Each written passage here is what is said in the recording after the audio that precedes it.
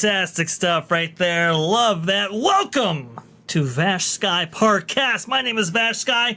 And yeah, you know what? We're going to celebrate a little bit of 4th of July again. I do like that call right there, MJ. Very much appreciate you sharing that with everybody out there. Welcome on into the Vash Sky ParkCast. Like I was saying before, welcome, ladies and gentlemen, boys and girls, Skyliners, Sky Watchers. Man, do we have a show for you today right there. Very, very cool stuff going over the entire theme park world. Now, you just heard from that Park Place before our show right there. A couple of theme park stories. We'll go ahead and expand on a couple of those, but I do think we have enough new for you to keep it quite interesting and fresh. Thank you so much for coming on in. MJ, are you out there right here?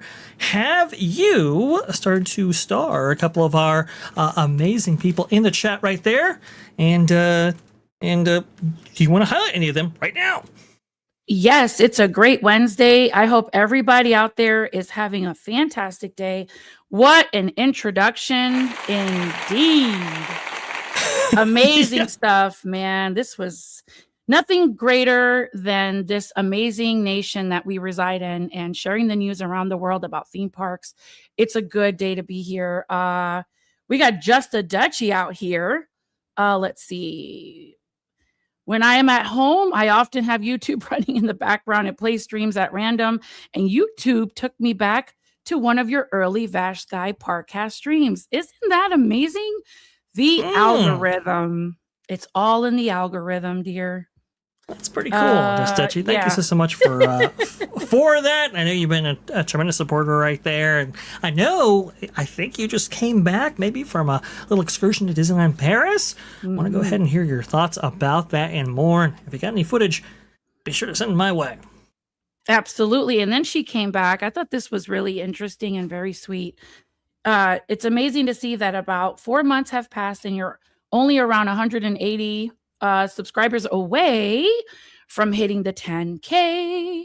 I'm really happy for you that your stream is doing so well and growing so fast, and we appreciate you, Just a Dutchie. Absolutely, yeah. It has been crazy to watch our growth. It is really taken me aback because I thought we were I mean, I thought we were maybe a year out from that 10K.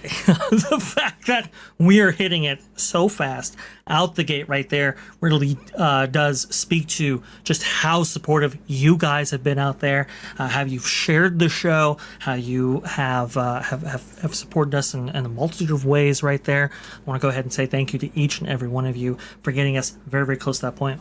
We are going to be celebrating, if this trend continues, I mean, you know, Walt willing right there, we'll be celebrating the 10K for this channel likely Wednesday right there. And I want to go ahead and have a larger show to work with, because I think we got to feature so many different individuals who have helped make the show possible over the years.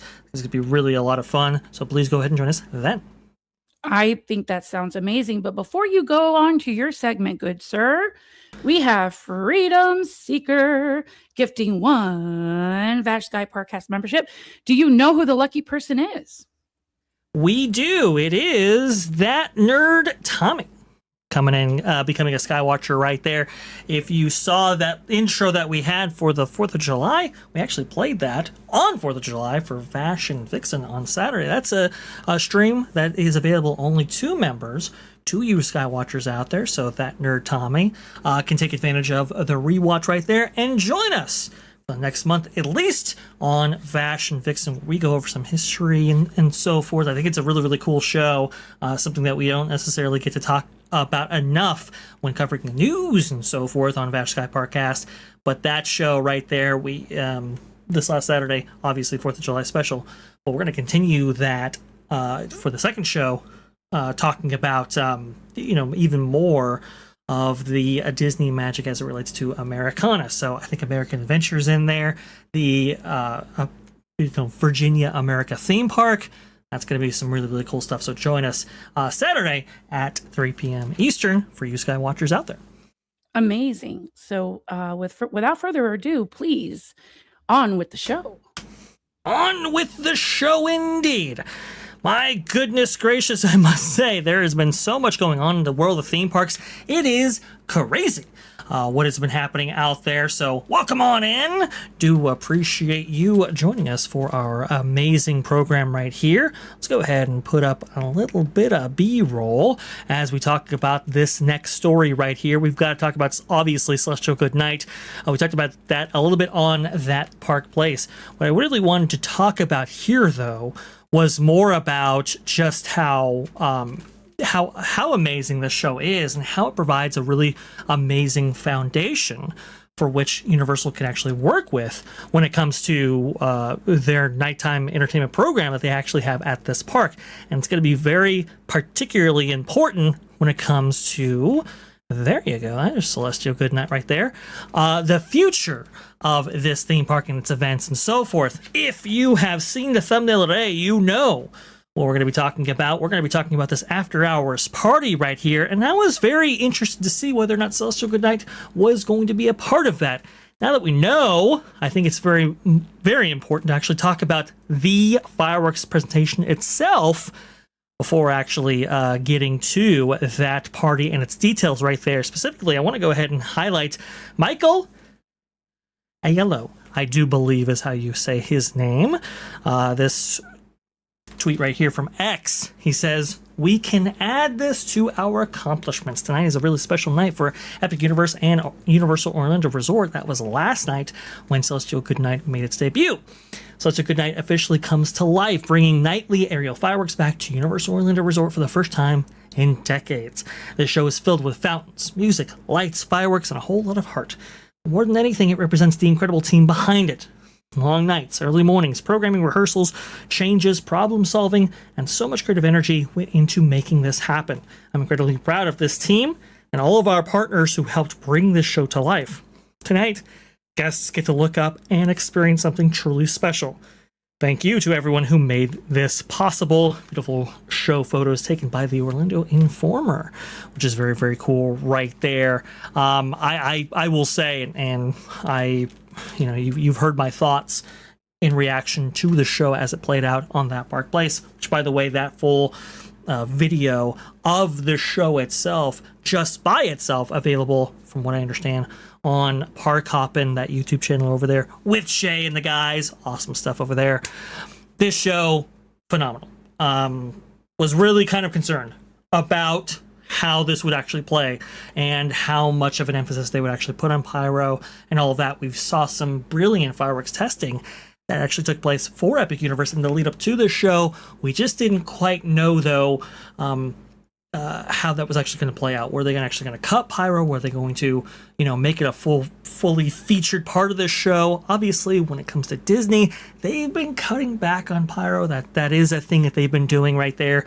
Obviously, I think they still are the number one fireworks purchaser in the world right there, but because of the expense of those and maybe the danger incorporated with that and the potential issues that come with explosions in the sky, they have been kind of winding those down. And it's not just, their nighttime entertainment spectaculars, but also their nighttime activations like Fantasmic and so forth. We've seen less emphasis placed on that, more on water, maybe on drones as well, if you look at the international parks, that is. So it's really been kind of, not great to see Disney headed in that direction. Projections, obviously, being part of their nighttime activations now.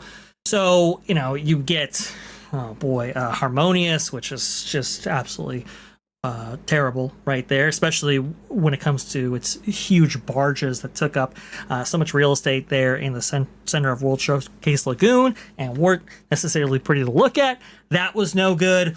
You also had World of Color, obviously, which I like World of Color, I do, but that show was made specifically to not feature any pyro at all.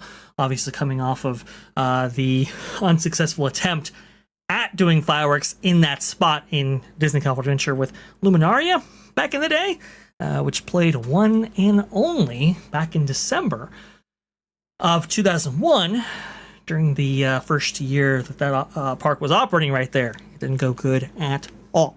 So, World of Color, pyro-less, and unfortunately, that kind of mentality is rolled out to parks worldwide, which is most unfortunate. I think Paris has gotten this right, where, if you're going to diminish the use of pyro, if you're augmenting it with water, which they have, and with projections and with drones, pretty good stuff right there. And it's got a lot of the feels and all of that.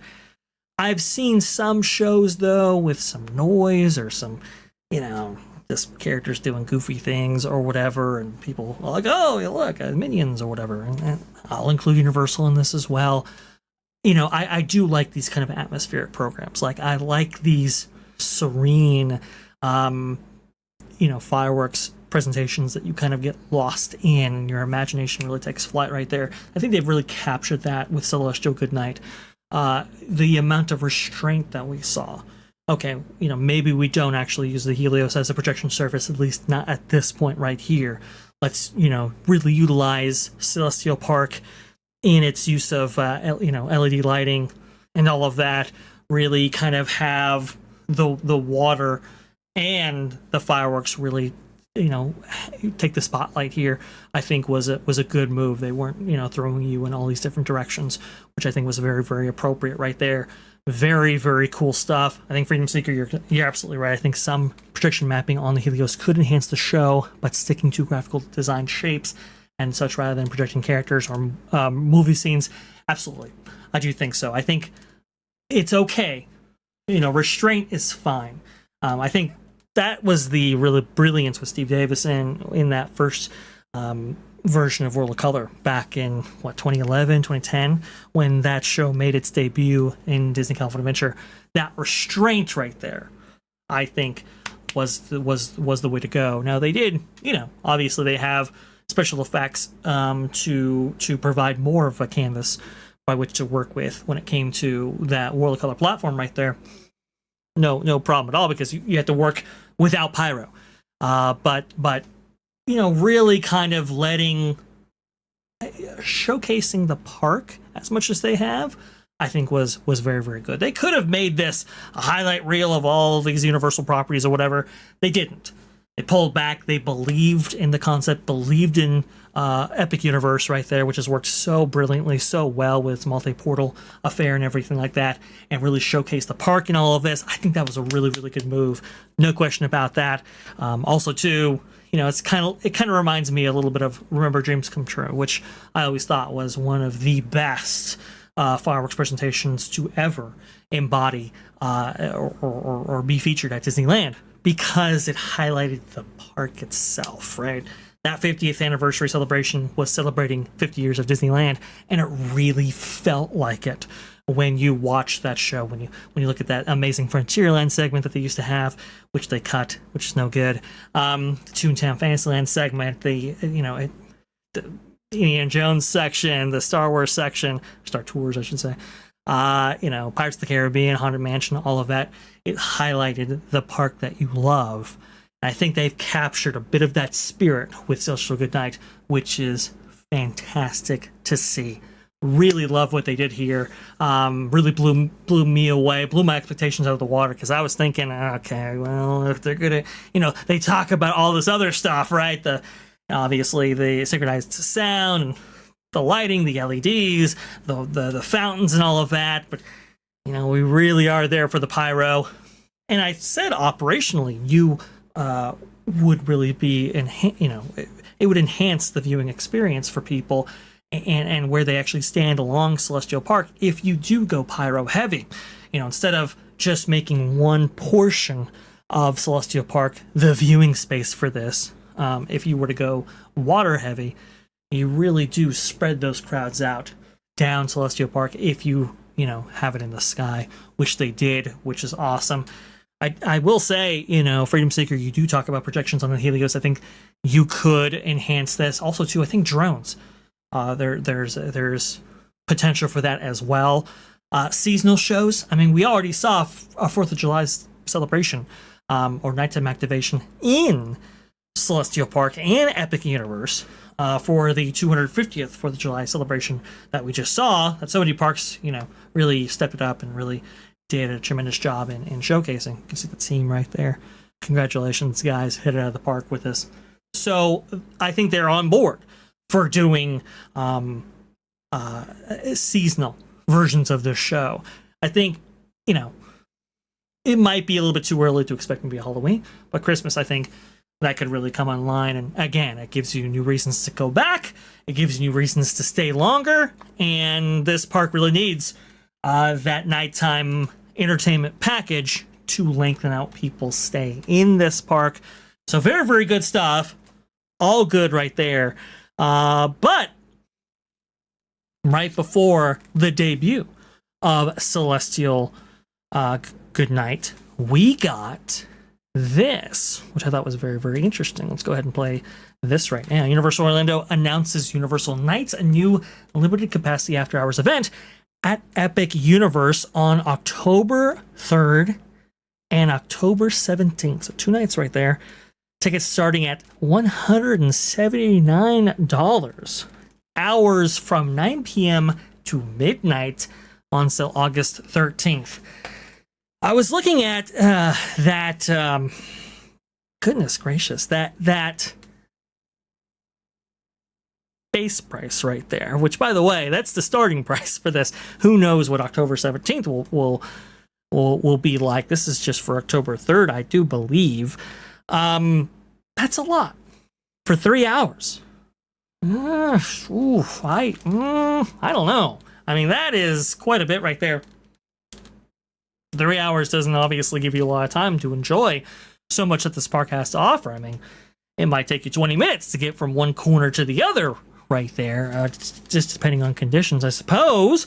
It will be a limited event, so perhaps you do get limited crowds right there, which is very, very good. However, there's additional context right here that I want to go ahead and include on this. Now, usually I'd be able to select these images and it'd be fine.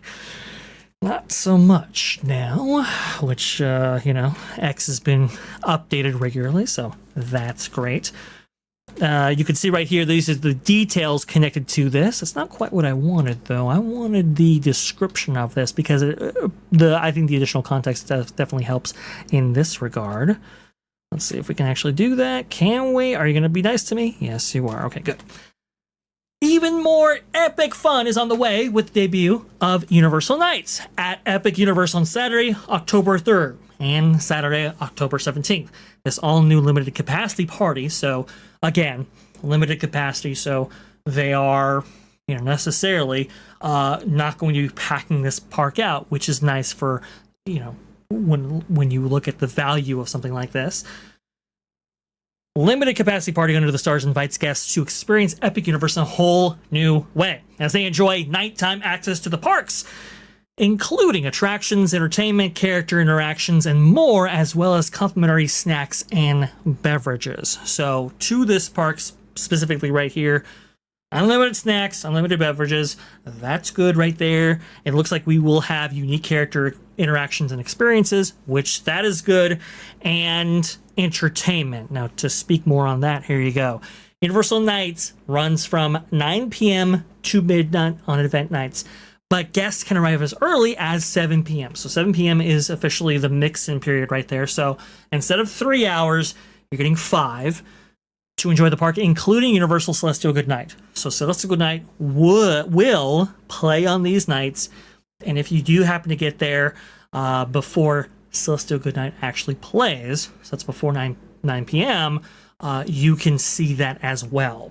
Tickets will go on sale August 13th, start at $179.99.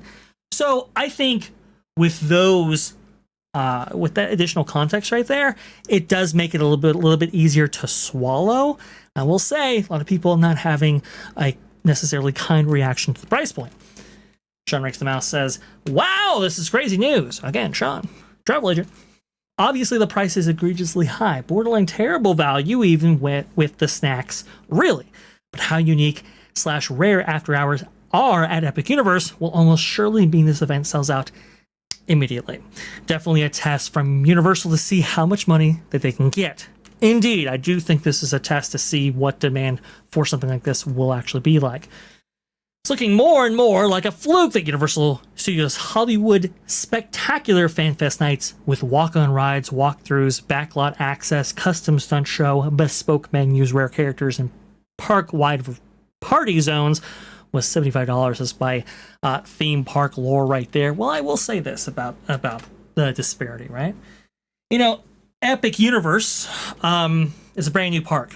Not everybody has experienced it, and especially not everybody has experienced it at night. We know there's demand specifically for that, right?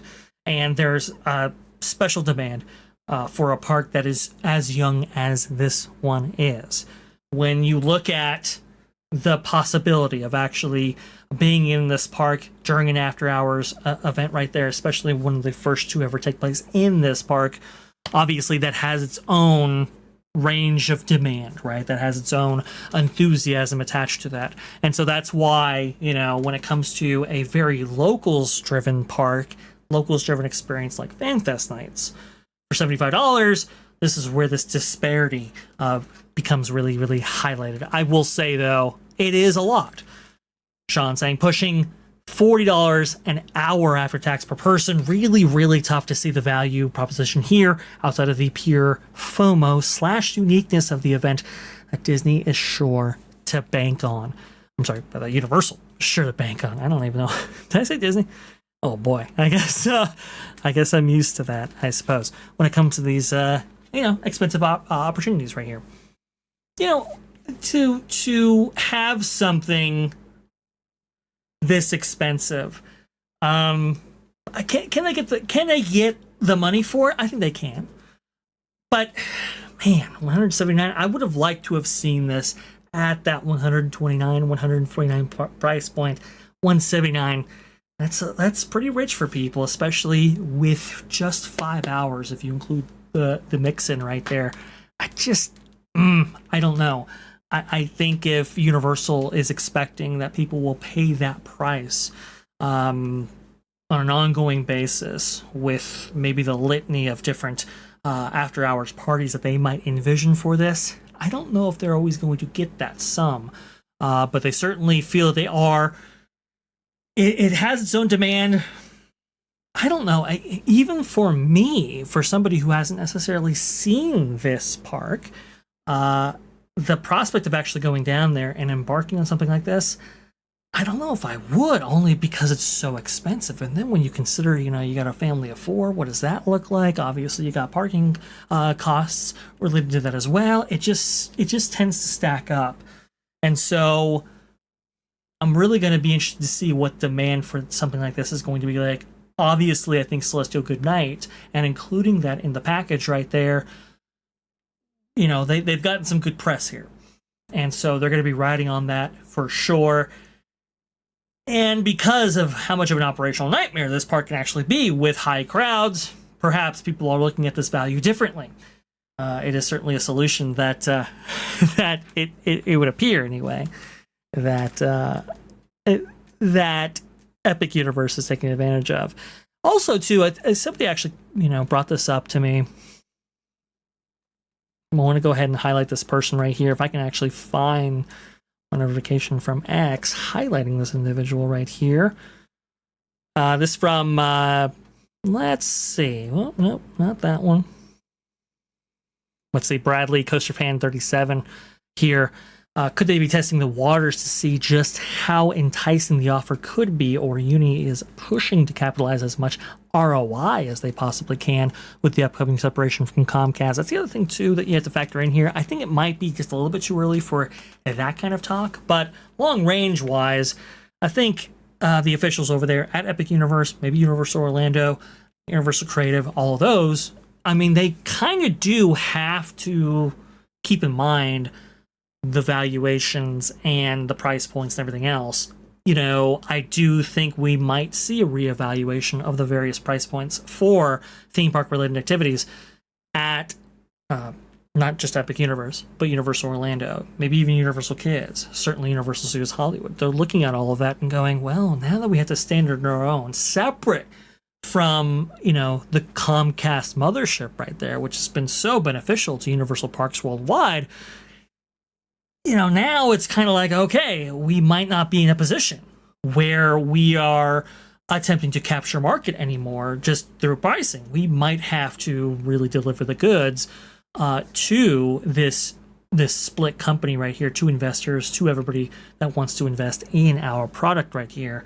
And so we might be seeing that just a little bit. Are we seeing this in this particular instance? Maybe. I suppose it's possible. I think that's part of the calculus going forward. I think that was a really astute observation that Bradley, Coaster Fan 37 right there actually made. I think that's certainly part of the equation when it comes to pricing and their strategies going forward right here. So are we seeing the best days of Universal behind us? I don't know.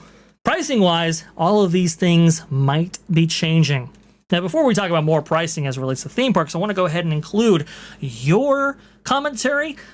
Those of you in the chat right there, please go ahead, give us your comments if you could. I would love to actually hear from you, MJ, to highlight some of our amazing viewers, our Skyliners. Let's go ahead. Let's start featuring them right now.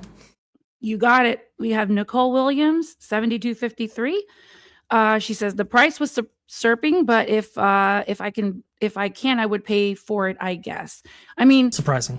It's surprising. I didn't know. Sometimes people use different words, and I'm like trying to incorporate them the right way. But that's fair. I agree with her. It's like it's almost like forced because it's such a new park, and it's like the hottest thing right now since sliced bread. So I can totally understand this type of comment from her. For sure. It's a lot, I mean, look, not for nothing, but Disneyland, right? We talked about the 5 hours that they were offering for those Twilight tickets that we talked about maybe a week ago now. The value there at $60, right? It's like, holy moly, you get, if you opt for Disneyland, you get to paint the nights, you get a fireworks presentation there. I think it was Wondrous Journeys that's playing right now. You get 2, showings of Fantasmic. You get 45 attractions and experiences. Some of those start to, fall off a little bit at the 10 o'clock hour, so get your Rise visits there early. But that being said, it's kind of like $60. Okay, let's go. Versus $179 for 5 hours in Orlando for Epic Universe right there. that's pretty steep, even when it comes to snacks and beverages, which I'll just be saying, I'm gonna definitely gonna leave with my fair share if You get opting a for something like souvenir. this. I wonder Yeah, if they let exactly. you walk away with any kind of souvenir. But yeah, and just so you know, I think those after hour parties over at Disneyland are sold out now. They flew Yes, off we the will. shelves. Absolutely. We'll get into that in just a second You right got it. here. Big part of the story. Go ahead. Big part, yeah. So stay tuned, folks. Freedom Seeker, this is a very Disney-esque move by Universal, and not in a good way. Money flying. I don't like it. Yeah. I'll be the first to tell you. I don't like this. I don't like how aggressive they are. Now, I think they have every ability to be aggressive. I just, I would have expected a little bit more restraint in this end. Unfortunately, they got to start making their money back on this park, on this investment, and certainly for the split going to take place between Comcast and NBC Universal right there. Valuation is going to play a part in this. And remember, when reporting the quarters, right, for Comcast going forward, the park's been open for a year. What levers are you going to pull to show that you are growing when it comes to your quarterly revenues? This is one way they do this, as Jared from Capture the Magic has pointed out time after time. Absolutely. And then we have Theme Park Wizard. He says it works if there's like super limited crowds and no lines. I can kind of understand that. I mean, Yeah. but are the crowds limited and are the lines like, really short? So they say in their description, and this is Universal's own description, a limited capacity party. With those words included in there, it is the assumption that they will not sell this place out. That whatever the maximum threshold for this park ends up being, it'll be significantly under that in order to alleviate demand on these attractions and experiences and so forth. That way you're not, sitting in potentially 3-hour lines for so some of kind these of like experiences the right now. like the Orlando Informer events, probably very like limited, intimate, and you don't have to wait in a line much. You're just everything's pretty much like a walk on, if you will. So Yeah, that's pretty cool. and somebody, people brought up the Orlando Informer event, right, when talking about this, and it's like, oh well, obviously there's demand there. Universal's recognized that, so you might as well offer it firsthand from Epic themselves. And look, this park is an after hours juggernaut. It's a sleeping giant just waiting to be awakened here. This has always been part of the plan. 179 though, it's a little steep. Lot. I mean, people will do it. It's gonna sell out. You'll see. It's just absolutely like, it's insane how they can get away with it. Like Freedom Seeker was saying. Right. Could you do me a favor, MJ? And before we talk about this next segment right here involving Disneyland, could you give me the price points of Epic Universe during that time, specifically maybe October? You got it. Perhaps maybe on the 3rd and 17th. I'd like to know what the day price is, because I imagine on some of these days and some of these different parts of the week and so forth, you might be paying less for a full day of Epic Universe versus 3 hours, potentially 5, for these after-hour events. That might be interesting to kind of suss out right there. You got it.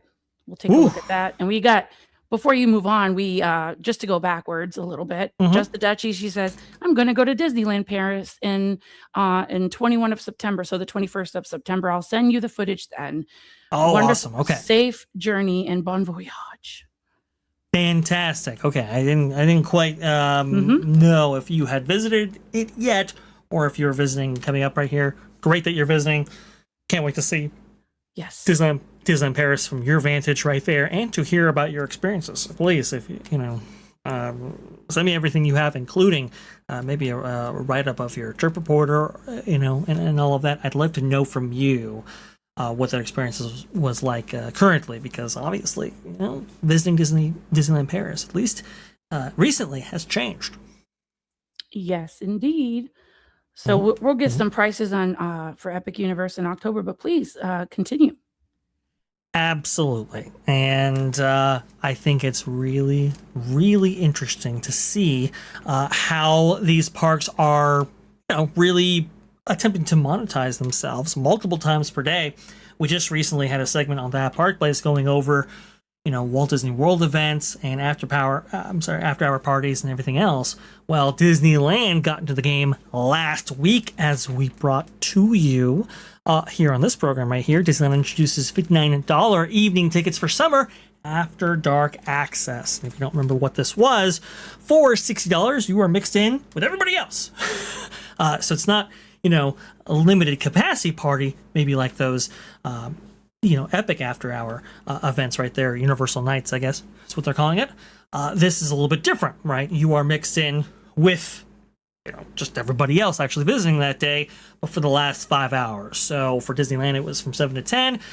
From DCA, it was from 5 to 10. Oh, sorry, 7 to midnight for Disneyland, 5 to 10 for DCA. Do apologize right there. And it was every single Sunday through Wednesday from a period of time between, I believe, July 12th, if I'm not mistaken, and August something or other. 2nd, 5th, something like that.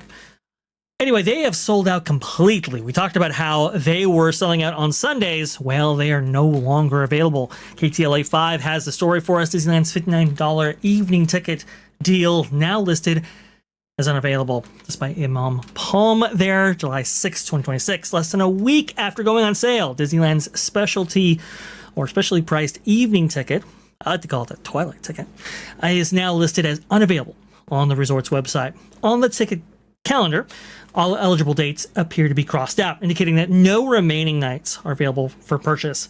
The $59 ticket, available from for ages 3 and up, granted admission to either Disneyland Park or Disney California Adventure Park for select evenings during the summer.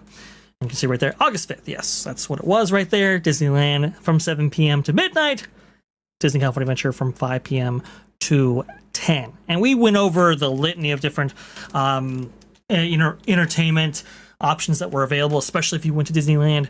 Like I said before, 2 showings of Peyton Night, 2 showings of Fantasmic, 1 showing of Disneyland's fireworks presentation right there. So an incredible value. Now, obviously, you're mixed in with everybody else, so that's the kind of kicker right there. Versus Epic Universe, with its limited access party kind of thing taking place at that park, you are mixed in first with everybody, but then obviously the day guests leave and you're just there with party members. Not so here. This isn't necessarily a party. This is just, evening access to these parks.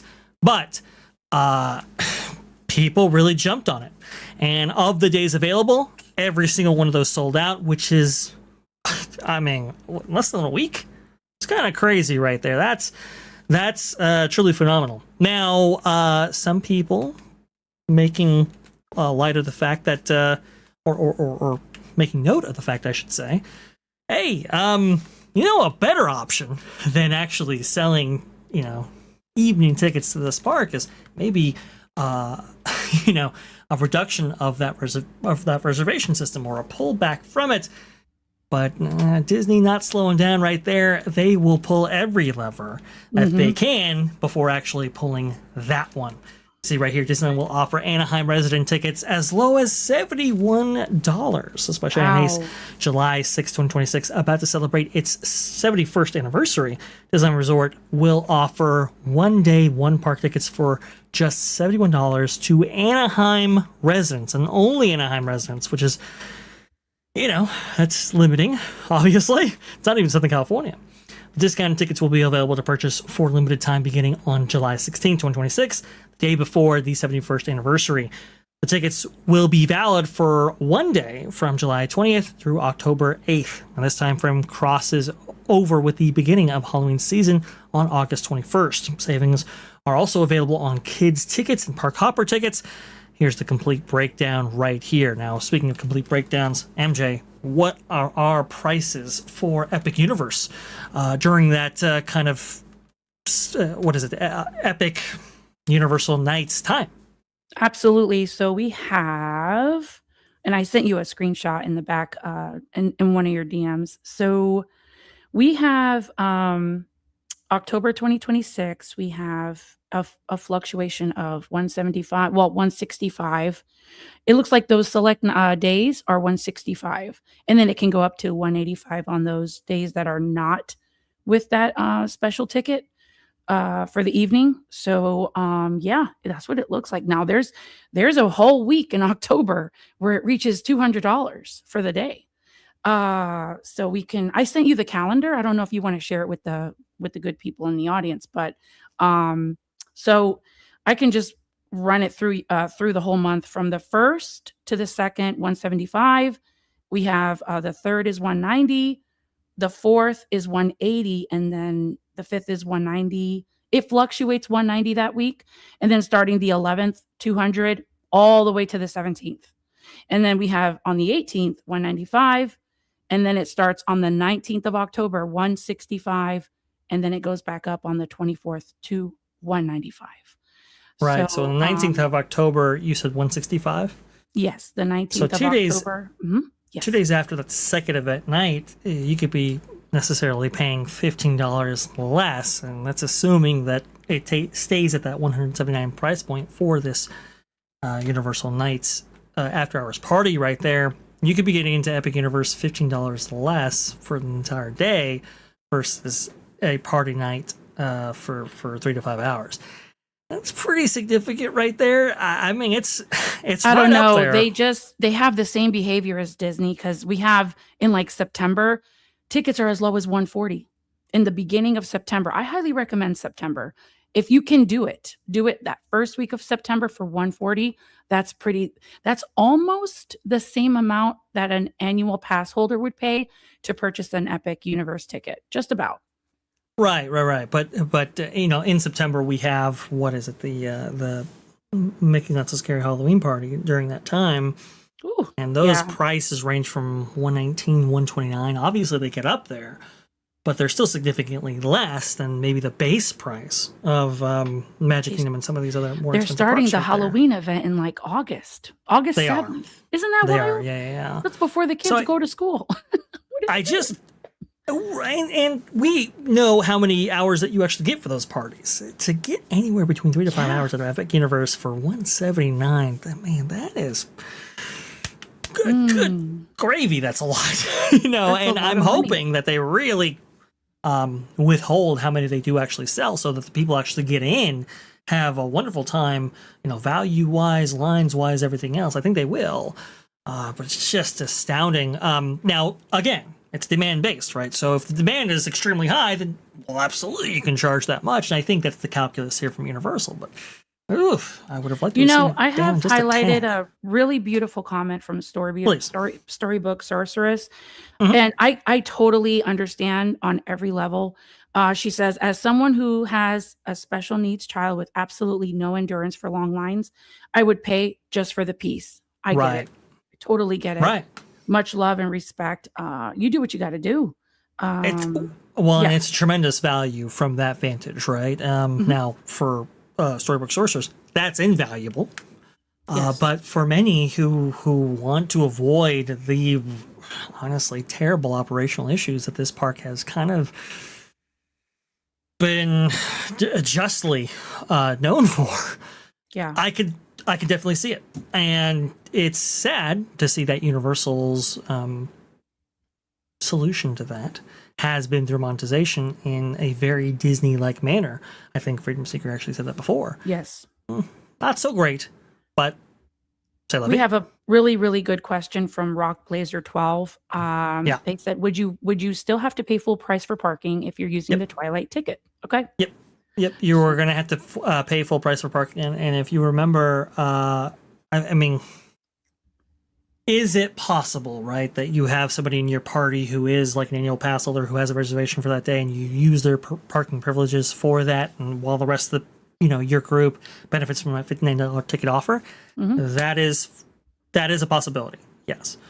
But other than that, even if you do have an annual pass, I believe you have to be good for the day and you have to have a reservation first, if I'm not mistaken, in order to use your parking privileges. Well, we have our Check friend on Dan that. out there. He's an annual pass holder. He can let us know, and I'll highlight his comment. Yeah. Yeah. And we were wondering too about the food they're going to serve at this special after hours event. Maybe we can cover that on another day because I'm curious too. What are they going to have? Anything special or out of the ordinary? They're saying snacks, beverages. I believe this event might actually be sponsored by Coca-Cola. I did see some Coca-Cola synergy there, like a special like glass souvenir bottle that you can get. So that's what's going on there. Always Coca-Cola. So we have the Rogue attraction. All the Magic Kingdom after hours are sold out at Walt Disney World, not including parties. Oof. That doesn't shock me at all. And I just wanted to highlight this 21 Royal with cheese. MJ, where do you get your bread? I honestly, I'm not a bread eater. I actually cannot tolerate too many different breads, but I'm not sure where this comment came from. Did I mention bread earlier? Maybe I'm losing it. I don't think so. Okay. But well, we love you guys. Yeah. Hey, you know what? There's some good bread options maybe at Disney California Adventure when it comes to sourdough options and all of that. Yes. Yeah, some good stuff there for sure. But let's go ahead and put this on screen right now. Just going back to Disneyland. Disneyland will do everything it can to get guests into the park, except get rid of the reservation system, the one thing that we actually want. And I responded to Disney Scoop Guy here. I said, unfortunately, this is the intended outcome from the reservation system rather than an unintended consequence. All of these levers, outside of them satisfying capacity, which is what this is kind of all about, have one thing in common. There are additional revenue opportunities that wouldn't be possible without reservations.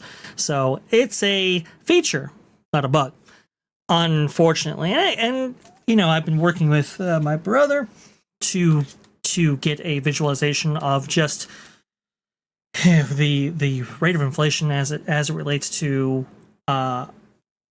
Disneyland tickets and how they have just outclassed everything. Even some of the previous comparables, like a Broadway ticket, like an NFL game, and all of that. See right here what this visualization looks like. Took a while to put this together right here with as many references and sources and points of particular interest. You can just kind of see right there, Disneyland has outpaced even the cost of going to college there. Public 4-year tuition anyway, even being outclassed by just the crazy costs associated with the Disneyland ticket. It is just, it's gone exponential, especially in the last 20 years or so. It really has gone up there. You can kind of see what the comparables are, like a movie ticket, for example, gasoline prices. Like I said, that Broadway ticket show is actually included in there. See right here. It's just it's become a very expensive visit, and Walt Disney didn't necessarily want that. He obviously wanted something that was playing towards that middle class, and I wanted to make it available to all, at least as many as he possibly could. He was getting some pushback from the price of admission even back then, but in that case, certainly justified, especially for a new concept, maintaining it, all of that, no question. But it's just gone outrageous here, and so you are seeing some parks offering these discounts in some of these venues for some portions of the country, maybe even cities. In the case of Anaheim's, $71 ticket offer for Anaheim residents, I suppose.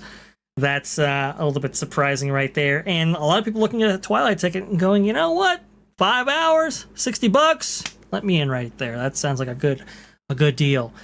Now in this, very, I would say,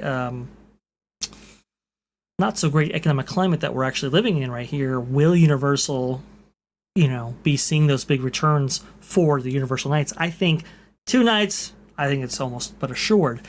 But if that's the pricing strategy going forward, I don't know how sustainable that is, honestly. And if the, if the reports come back for this specific ticket offer that it wasn't worth it, that they oversold, anything like that, that might cut into that valuation or the sustainability of that pricing strategy going forward as well.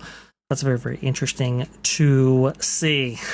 Yeah. Absolutely. Especially like, for example, a family of 4, it could cost $200 just to go to the movies. I remember in the good days when tickets for kids to go to see a movie, $5-10 maybe. It's just everything is really, really, really expensive across the board. Mm-hmm. Absolutely. I mean, you gotta think the popcorn, drinks, and everything like that. I know there's a heartwarming story there of mm-hmm.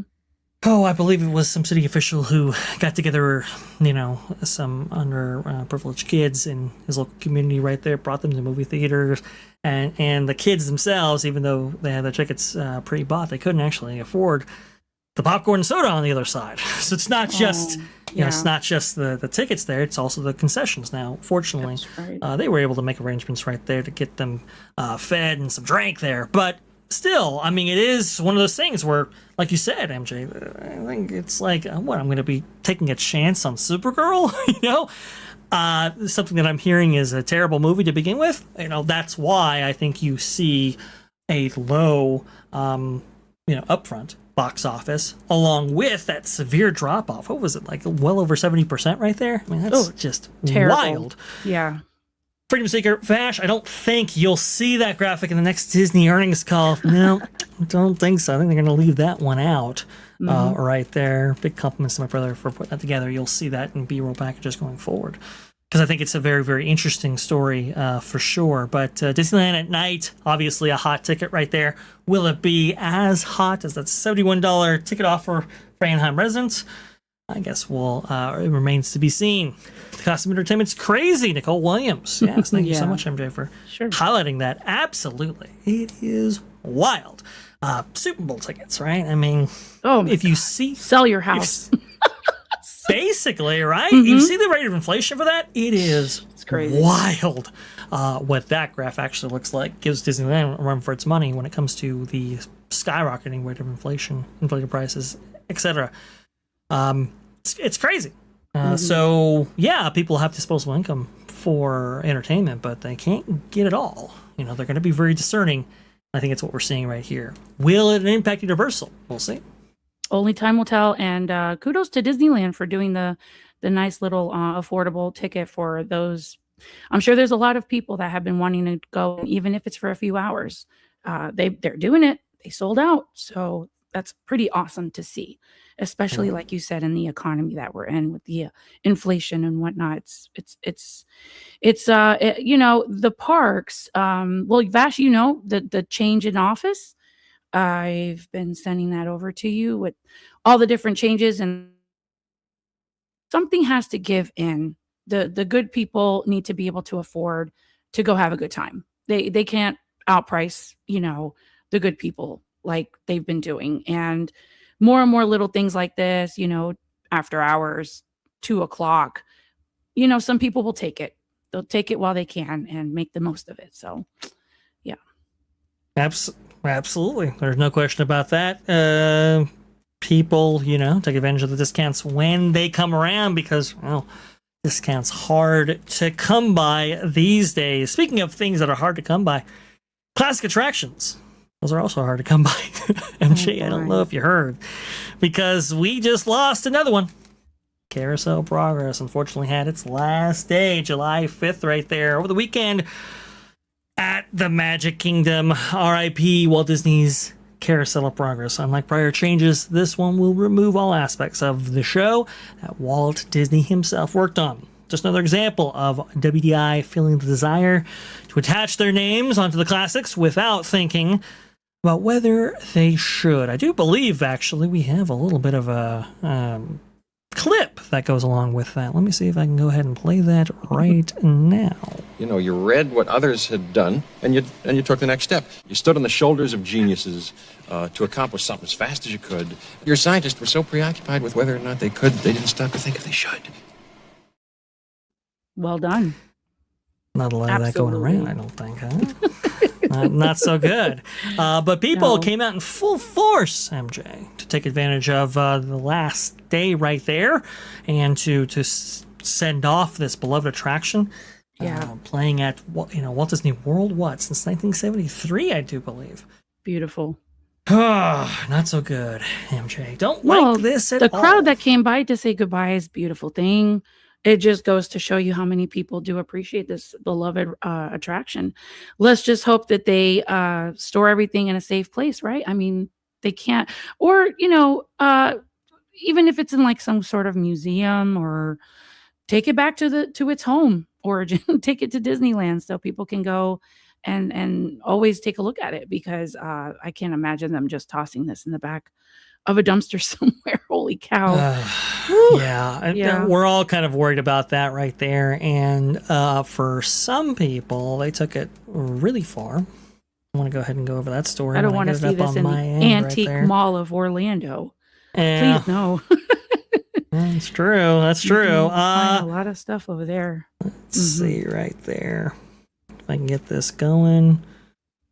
Some crazy footage from some guys who took it to, I guess we're able to get maybe exclusive access to this attraction. We'll talk about that in just a moment.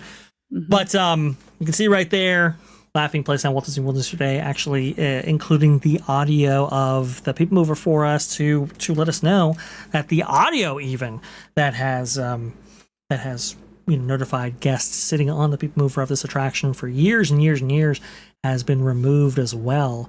So that great Carousel of Progress theme that you actually heard from there, that is gone too, at least for the moment. But we're assuming that's going to be returning, and we assume that the original Sherman Brothers theme, Carousel of Progress, will actually make its re-debut with this new version of the attraction. But I do believe they included that specifically in the Disney Parks blog post, even though a lot of people are still worried about the Carousel of Progress song not coming back, which I think is very, very interesting. So, in this attempt to placate everybody and say, oh, hey, we're gonna bring the song back, nobody actually got the message, because I think it speaks to this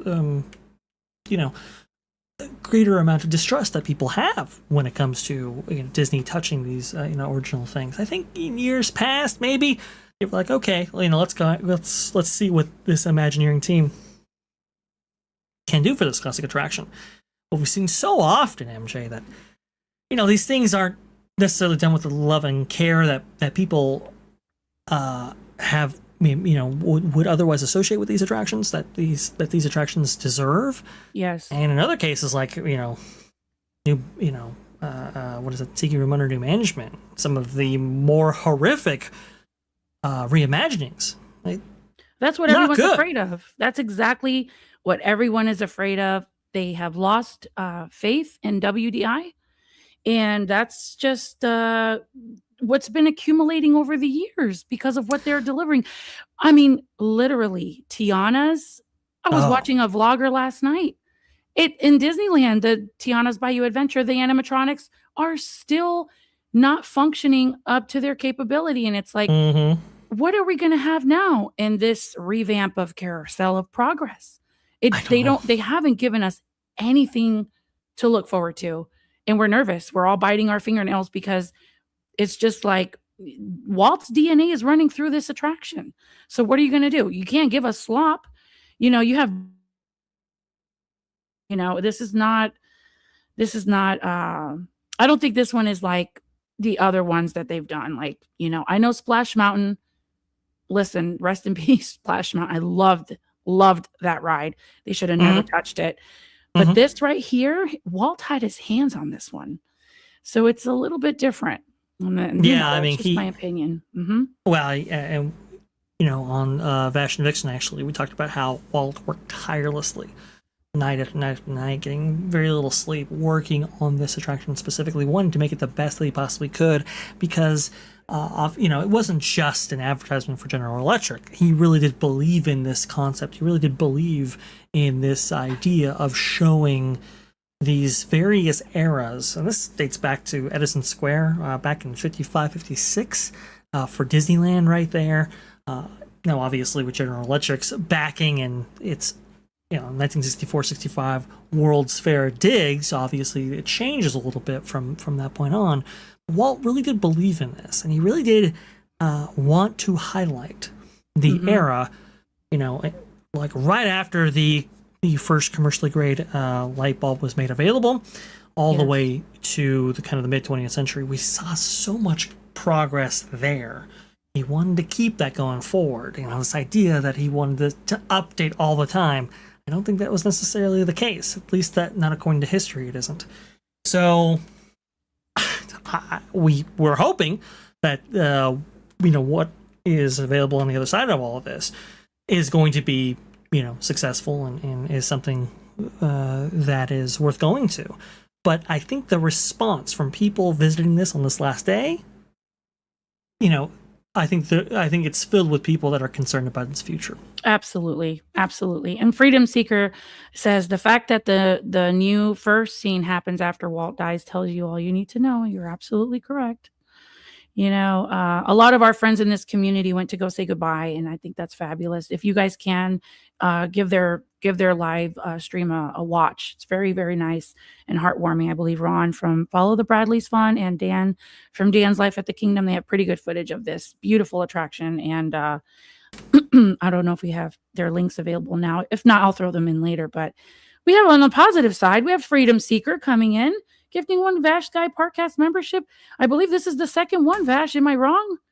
I believe this is the second one, especially from Freedom Seeker right there. Thank you so much for gifting a membership. And it looks like John Make It Rain has gotten a gifted membership right there. So come on Make over, it John. rain with those emojis. Absolutely. Yes. Yeah. To all you Sky watchers out there who are green from gray because of a membership right there, feel free to put in your emojis that you have in that chat right there. It'd be cool to see. John Make It Rain, you also have access to Vash and Vixen on Saturdays, 3 p.m. Eastern. And we have also O2RR coming in here. Is that right? Yes, we do. Oh, he says, that's a jingle. And Vash, we really like when you perform. You have a great entertaining voice, not just me. So I want you to give this one a go. Let's see if you can get the melody in there. Let's see. All right, let's see if we can do this right here. Okay, here we go. You ready? You ready? Yeah, I'm ready. All right, here we go. Here we go. There's a great big horrible tomorrow shining at the end of every Ladies day. and gentlemen, give it up for Vash Sky. All right, thank you so much for that. Do appreciate that. No, it is awesome. It is really. It's horribly awesome. That was a horrible, awesome comment. Horrible, awesome comment. I know. But we've had so many losses recently. Yeah. MJ, I mean, come on. I mean, like you said before, Splash Mountain right there, Muppet Vision 3D, the original version of Rock and Roller Coaster, Rivers of America. It just goes on and on and on and on. It's like a dinosaur, Boneyard. It's just like, man, the losses keep coming. And, we're hoping for better attractions on the other end. But again, I don't know if anybody's truly convinced right now.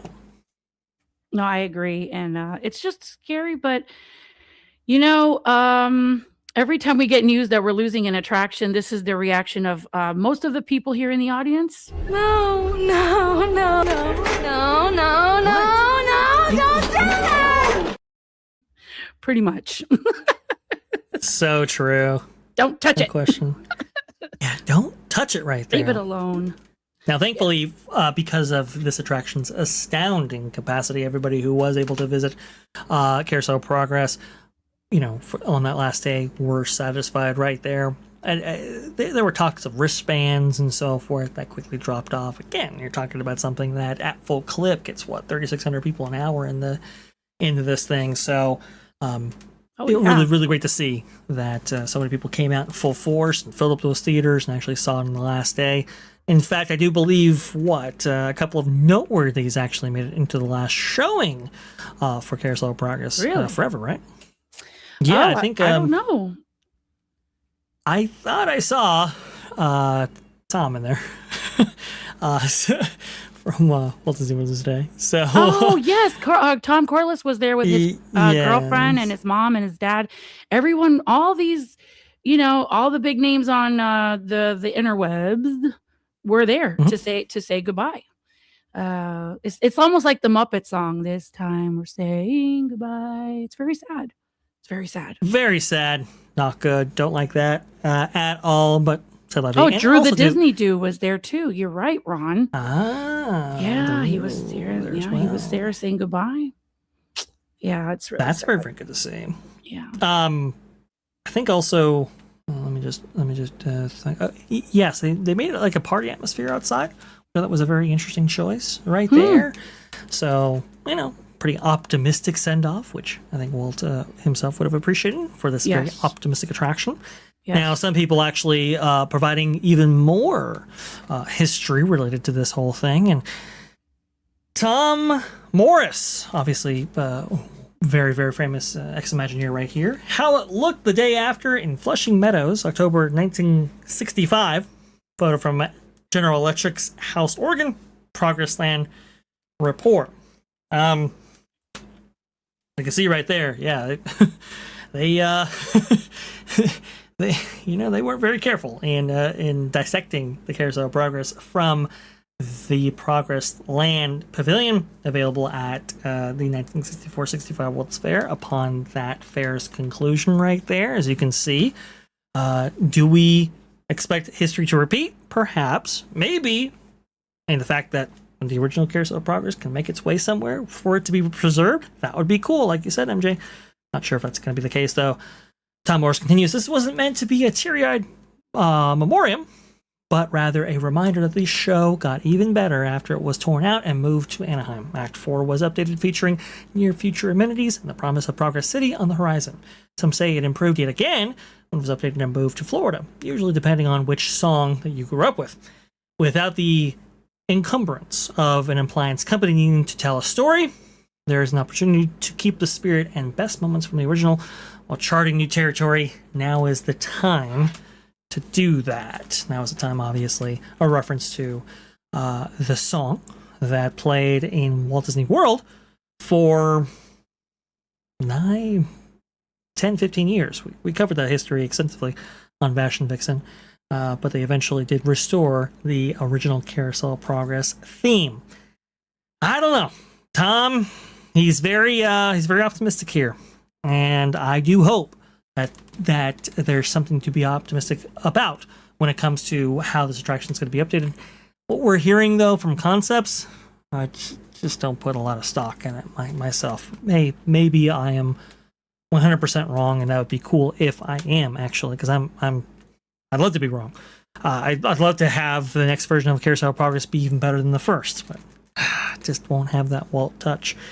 Now, some people did actually take it upon themselves to save as much Carousel of Progress as they possibly could, not by stealing things, but by recording video.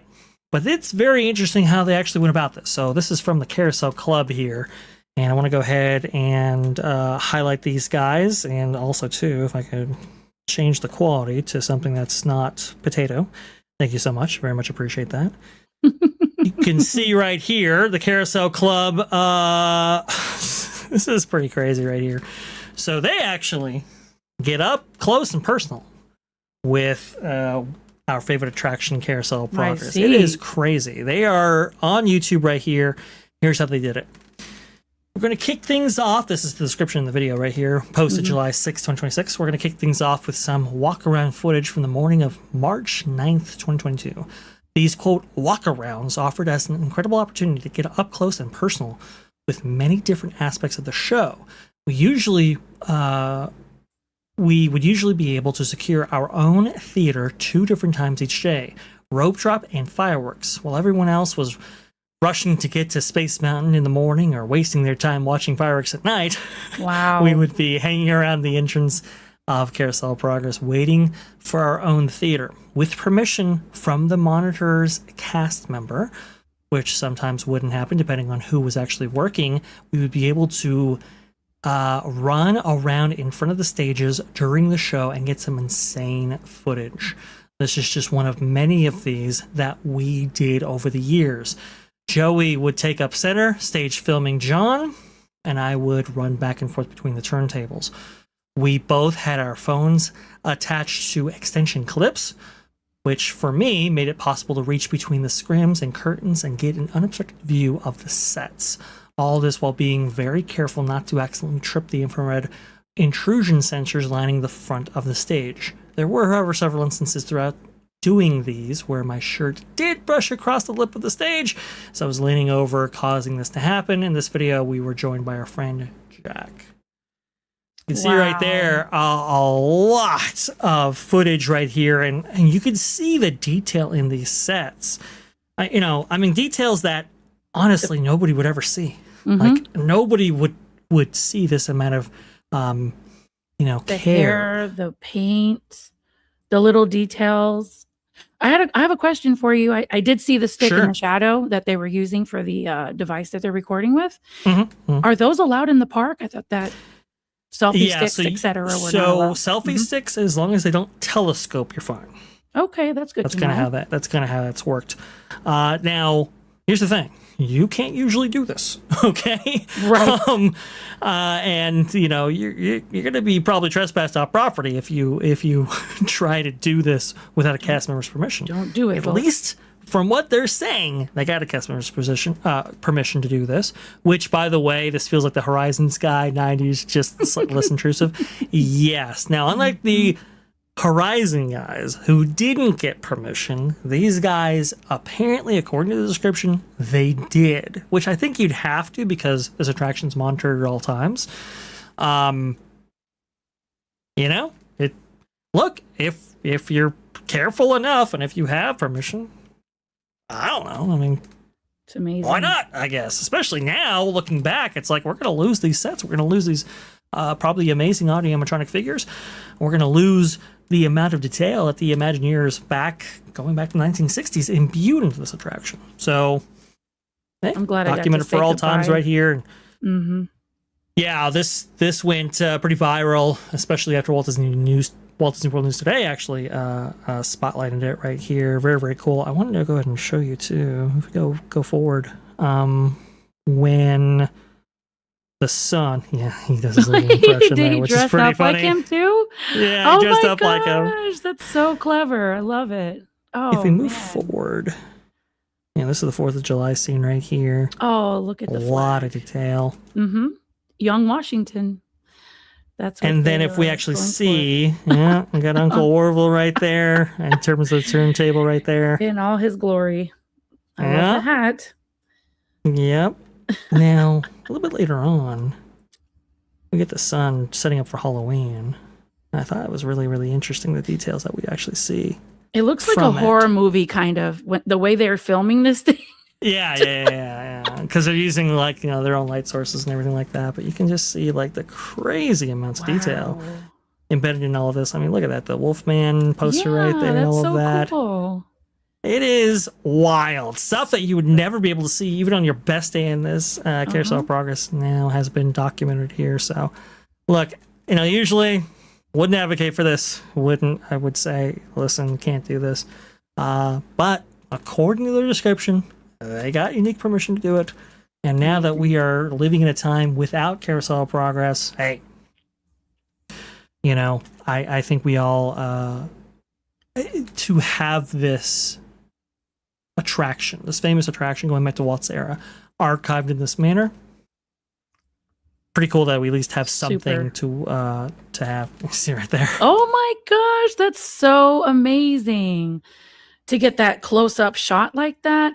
Isn't amazing. That wild? It's so wild. It's as so the turntable's moving, by the way, which is super dangerous. But that is very dangerous. I mean, they did it. Wow. So there you go. Want to go ahead and highlight that. The full video is available at the Carousel Club on YouTube. Definitely check it out. Look it up. You can see right here. Let me go ahead and put this in the chat so all of you can give that a watch at your leisure. It's pretty interesting. It's pretty cool. And Like Freedom Seeker actually said, there will be nowhere near this amount of detail in the new version. I do agree. There's no way that they're going to do anything close to this. I love, too, like they could have had a realistic portrait there of the mom. They went with the audiomatronic version of the mom right there. That's pretty crazy. Like, just like little stuff like that. It's like, oh, okay, that's a really interesting thing right there. In the daughter's room, if you look carefully in the wall in the back, that might be is that a photo of Walt? Oh, the daughter's room? Let me see here. When she's doing the right there. No, look at somebody very, else. Very, very back. Well, there's a gentleman with a cowboy hat, and then further down, I wonder who that is. Well, we've got some era-specific heartthrobs, so there you go. Oh yeah, that's true. Yes, it's just really kind of like, whoa, somebody got this, and now they're posting it, and so we all get to benefit from it, and at least get to relive some of these moments from a vantage that we never were able to see while this attraction was around. So in this case, worked out.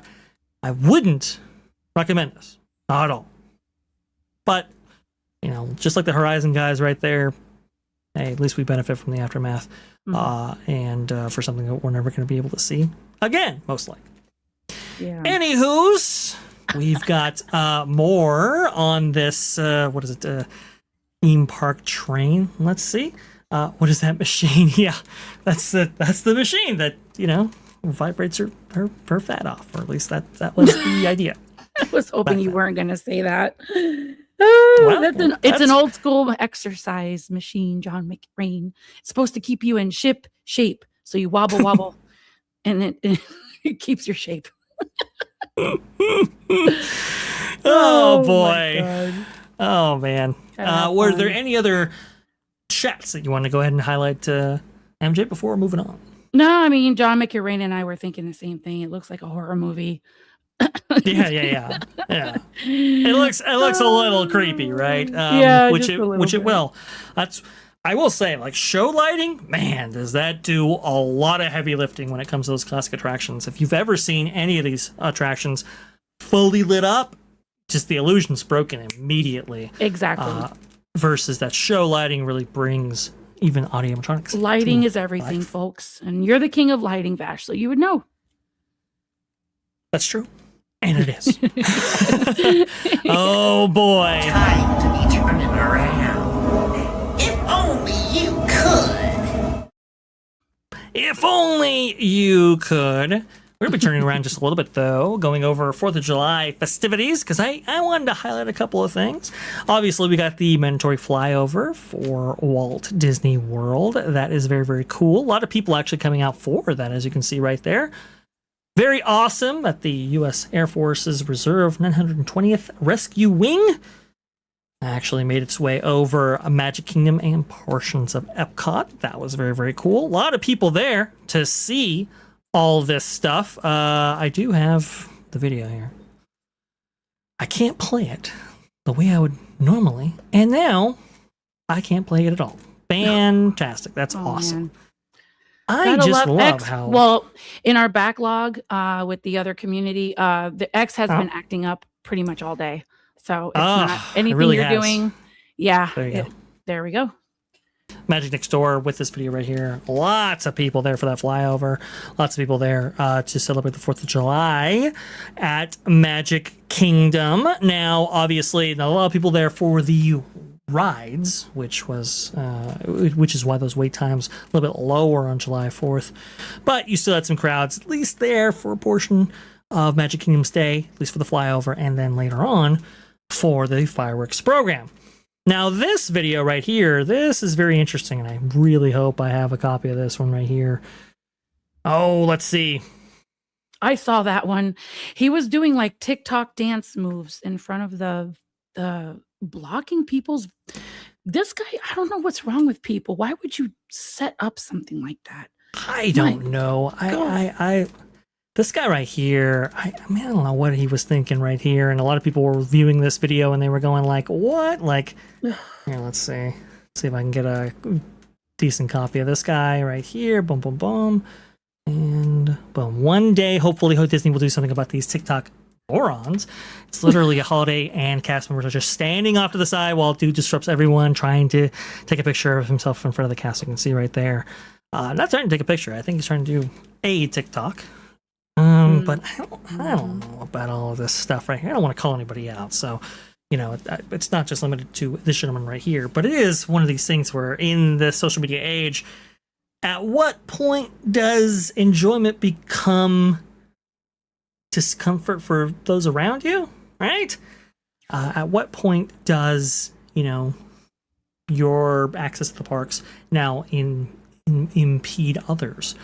I think that's what we're kind of looking at right here. Not so fantastic, not liking that, but alas, people were getting into it on the 4th of July. Now, over there at Disneyland, very interesting stuff was actually happening there because there were a number of different places around town, well, not Times Square, but the hub actually at Disneyland that were being sectioned off to prevent fireworks viewing from various locations. Now you might be wondering, like, why would they ever do that? Because these areas get clogged and it becomes a nightmare to get around, and it could actually pose as a safety hazard.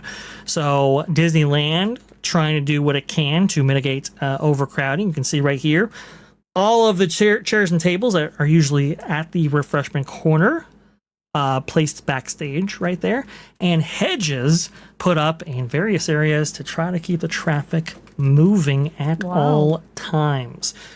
You can see right there what's going on right there. Yeah, Disneyland, when it comes to these high-profile events like the 250th anniversary of the nation's founding right there, or at least the signing of Declaration of Independence, you know, they have to kind of... there's some concessions that have to be made because, again, this park dates back to 55. You know, at least by 71, they got it right in terms of the space allocation for crowds. Disneyland, obviously not necessarily benefiting from that, and so they have to take precautions there. You can see from Tongaro Joe and Mouse Info having a bunch of images for us. Again, I'd be going through these the traditional manner, but I can't right now because of X. Thank you, X. Do appreciate Darn that. you, X. I know. You know, right there, the though. kid that was dancing, though, he was blocking a nice couple. They were trying to take a picture with the photo opportunity that says 250 years. You have a lady in a wheelchair waiting for her turn. Man. I know. Can I say something? He just doesn't look like he's all there. He does not. No. Which is why I don't want to single him out necessarily. Exactly. I don't want to be kind of choosy with that. Obviously, don't do this, please. But for him, so rude. Would have liked for a cast member to have been there. See right there, Mickey Mouse getting in the digs. The kind of Uncle Sam costume right there. That was pretty cool to see. So I will cute. give them credit there.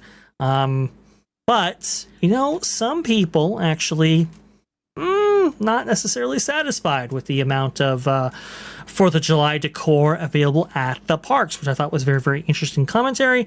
We have Wall Street Apes right here talking about this and featuring a video from actually a foreigner who was looking to, you know, celebrate America's 250th. Let's go ahead and see if we can actually play that right now. Hopefully the audio is clear. It is. Let's go ahead and play that. I'm going to have a little rant here. I just want to express my disappointment with Disney on the 4th of July. So we're here at Hollywood Studios and there is zero, and I mean zero, acknowledgement of 4th of July. This is America. This is, you know, what the hell is going on? Disney, you need to sort yourself out. I don't normally put things like this up, but I feel like the patriotism in Disney is just not there, and it's very disappointing. There are plenty of people being patriotic, wearing patriotic clothes, you know, celebrating the 4th of July, and obviously they've come out before tonight's celebration. However, Disney have not made the effort, and it's very disappointing. I don't know if they've done it in other parks, because obviously we're here. But yeah, I just think it's a shame. Even when I've spoken to a cast member and said, Happy 4th of July, they just grunted at me. If you don't like America, get out. It's as simple as that. Oh, I like this. So guy. what do you think? And yeah, what do you think, MJ? Did Disney really put on the Americana for 4th of July? I think in some parks they did. In other parks, maybe not so much. A lot of people, though, are really excited to, take advantage of any Americana 4th of July offerings, or at least 4th of July fitting offerings that were on offer for July 4th. Like, for example, the American Adventure, packed houses right there on 4th of July. Very, very cool to actually see. We also got the the Voices of Liberty right there, performing one of their amazing sets to a packed house in the American Adventure Rotunda. So that's very, very cool. That's beautiful. We also got, other parks into the festivities as well, which we'll get into in just a moment. But see right here, that's pretty cool to see. Awesome stuff. But, I can kind of understand what this guy's saying right here. Random Disney dude with this video right here. Kind of understand that Disney Hollywood Studios didn't do all that much, and so if you were looking to get into the holiday festivities, there wasn't much to be had there. What do you think? Well, honestly, I'm going to agree with the Rogue Attraction. That's why I highlighted his comment. He picked the wrong park, and this is the thing I can't understand. You have 4 parks, but you hone in on Magic Kingdom and Epcot for this celebration. But the other parks are, people are still paying to go and be entertained. They should have gotten creative ahead of time for the 250th and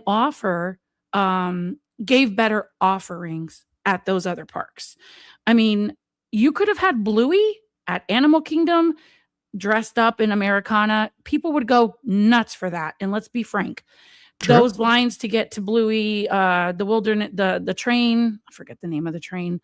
It's been low. You don't have to there's no virtual queue. You can just go and do that. They could have gotten creative in so many ways to celebrate the 4th at Hollywood Studios and Animal Kingdom. And they didn't. And he was just in the wrong park. That's my opinion. Because Epcot, beautiful performances, amazing offerings. Even the snacks were on point. Sam Eagle popcorn bucket. Yes, please. Yeah, I know. I Sam Eagle popcorn bucket, absolutely. There's no question about that. And Voices Liberty, awesome stuff. American Adventure, great. Now, obviously, you do get fireworks festivities at Epcot and the Magic Kingdom right there. But man, it would be really cool to get Disney Hollywood Studios into the game because, well, so much of it actually occurs in America. So kind of sad to see that the offerings were a little bit light. Now, that's not to say that other parks didn't get involved in all of this. Let me see here if I can go ahead and highlight this.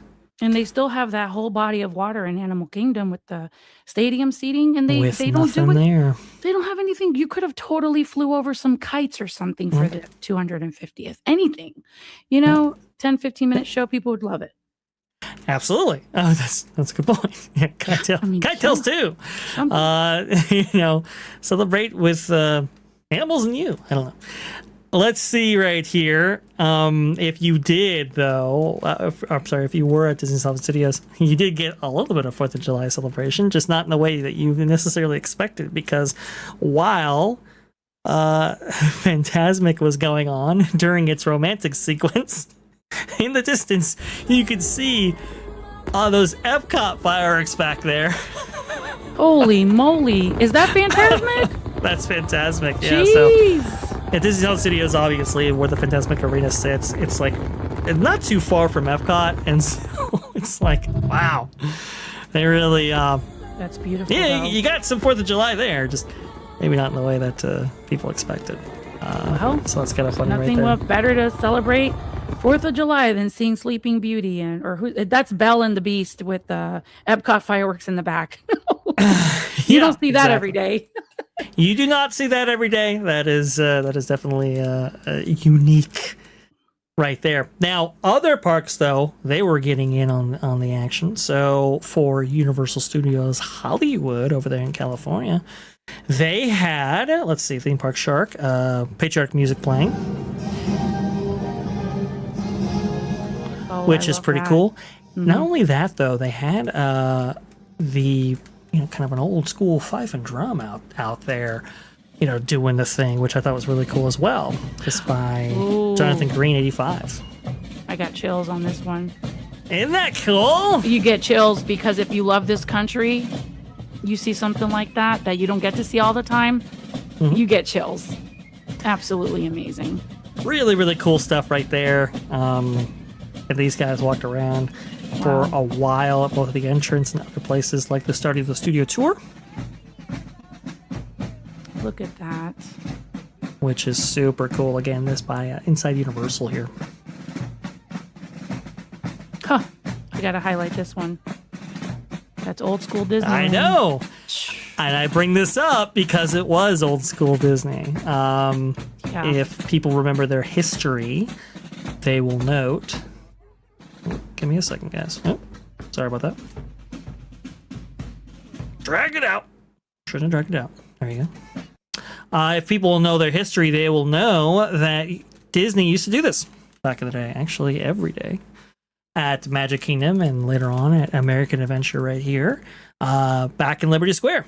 Used to be part of your entertainment for these various areas. So, unfortunately, those got retired, I think, in the late 1980s, early 1990s, if I'm not mistaken, right there, which was a shame. But at least Universal Studios Hollywood bringing it out, at least for the 4th of July. So that's very, very cool. Also, too, Knott's Berry Farm. Yes, I saw this and I was so happy with this. Oh my gosh. Look at that. A little park that did, and that was pretty cool to see them. Very get on the similar action to as the well. Hoop-Dee-Doo review show in a different way. Yeah, in a different way. Yeah, a little bit. It definitely has some of that energy right there. I love it. That's pretty cool to see. Disneyland having a little bit of a cavalcade as well because, well, they didn't quite get the flyover that Universal got. I'm sorry, if that Walt Disney World got. But pretty cool stuff right here. A little cavalcade to celebrate America. So there were offerings put on by all these parks. Just kind of unfortunate that it didn't hit all of them at Walt Disney World. I thought that was there was an opportunity to do that, especially for the 250th. Why not? But I have to find the video for you. Goofy in his Americana costume.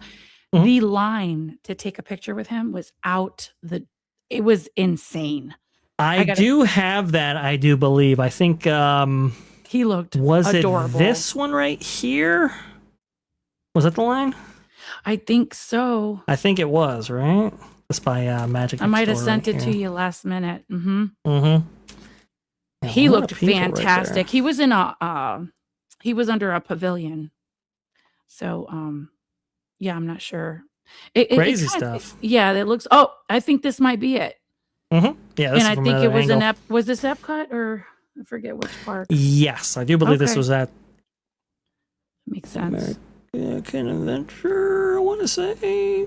Man, I hope I got that right. Yeah, but you can see Goofy right there, and everybody wanted to see him, which is a big deal. Everybody making their way into various parks around the nation. Universal Studios Hollywood right here. You can see what the crowds look like on 4th of July from the Cali Bay. Pretty crazy stuff. And these crowds will even get crazier at night. This by Disney Scoop Guy right here. This is what the fireworks crowds looked like over at Disneyland. So you saw how they were, cordoning off some places. This is why, because it is a madhouse. Let's go ahead and hear it. Look at that. Can we hear it? Yeah, there's a lot. Is there no audio? There was audio. There it goes. I knew there was audio. Yeah, it's crazy. It is crazy. Apparently he saw multiple fights break out, which is not surprising. Again, this is a 71-year-old park now. Yep. Or at least it will be on the 17th of this God month. bless the cast members that had to work that event. Oh man, it's a lot. Tough stuff right here. Pretty rough. Now, if people actually did stay for this chaos, they were treated to very nice festivities right here. Got a little bit of that right there. Beautiful. Oh, look at that. There you go. It doesn't get old. It does not. Disney Scoop Guy with this one as well, right here. Very, very cool. And, by the way, Epic, like we were talking about before with Celestial Goodnight, they got into it as well. Check it out. Look at that. Gorgeous. Look at the colors they used. Oh, beautiful. So you can kind of see, right, from something like this, Yes. the potential of this now new entertainment space. Very, very cool stuff. Extremely. Kids right there. They're having a fun time. Awesome stuff. I love this. This is Yeah, you're fantastic. supposed to like, finish your park day and have a few happy tears in your eyes. That's how you know your money's worth, right? You paid and you got your money's worth. It's gorgeous. Absolutely amazing. Amazing. Nicole, beautiful, awesome sauce. Yeah, I like that word. I like the awesome sauce as well. I think it's really, really cool right there. It's just some really, really great festivities all around right here. Really good showings of all the parks, at least, for 4th of July night, that is. And speaking of crowds, let me see if I can actually bring this up as well. Good luck trying to get back to your resort stay. Skyliner line, Epcot goes all the way back to Beach Club Resort. That's insane. Some crazy, crazy crowds included in a lot of this stuff right here. Just absolutely wild. Yeah, we that's were just more- talking about this on that Park Place the other day. How are it's going to take more manpower to figure out if you're staying on site or if you Mhm. parked at the TTC and you don't have a hotel reservation. I mean, all of these things are just happening right now.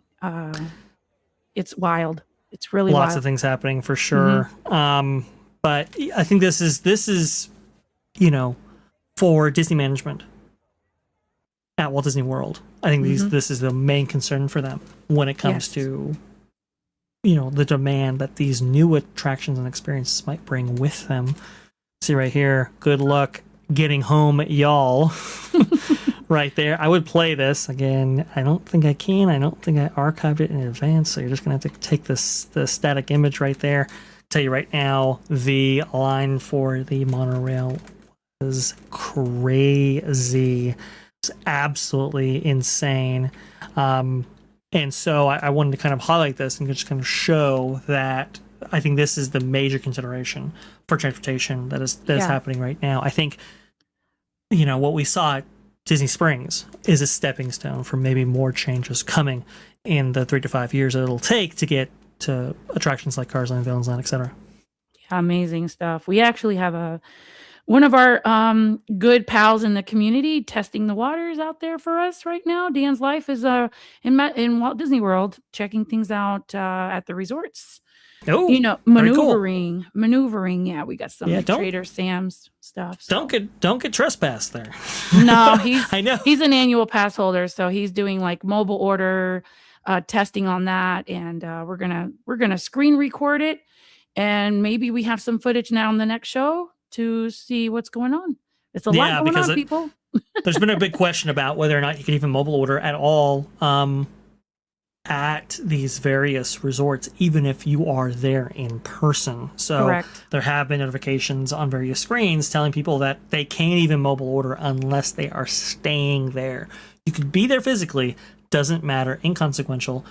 They're saying that you have to be staying there in order to mobile order and stuff. So Right. that's good information right there. I really want the answers on that.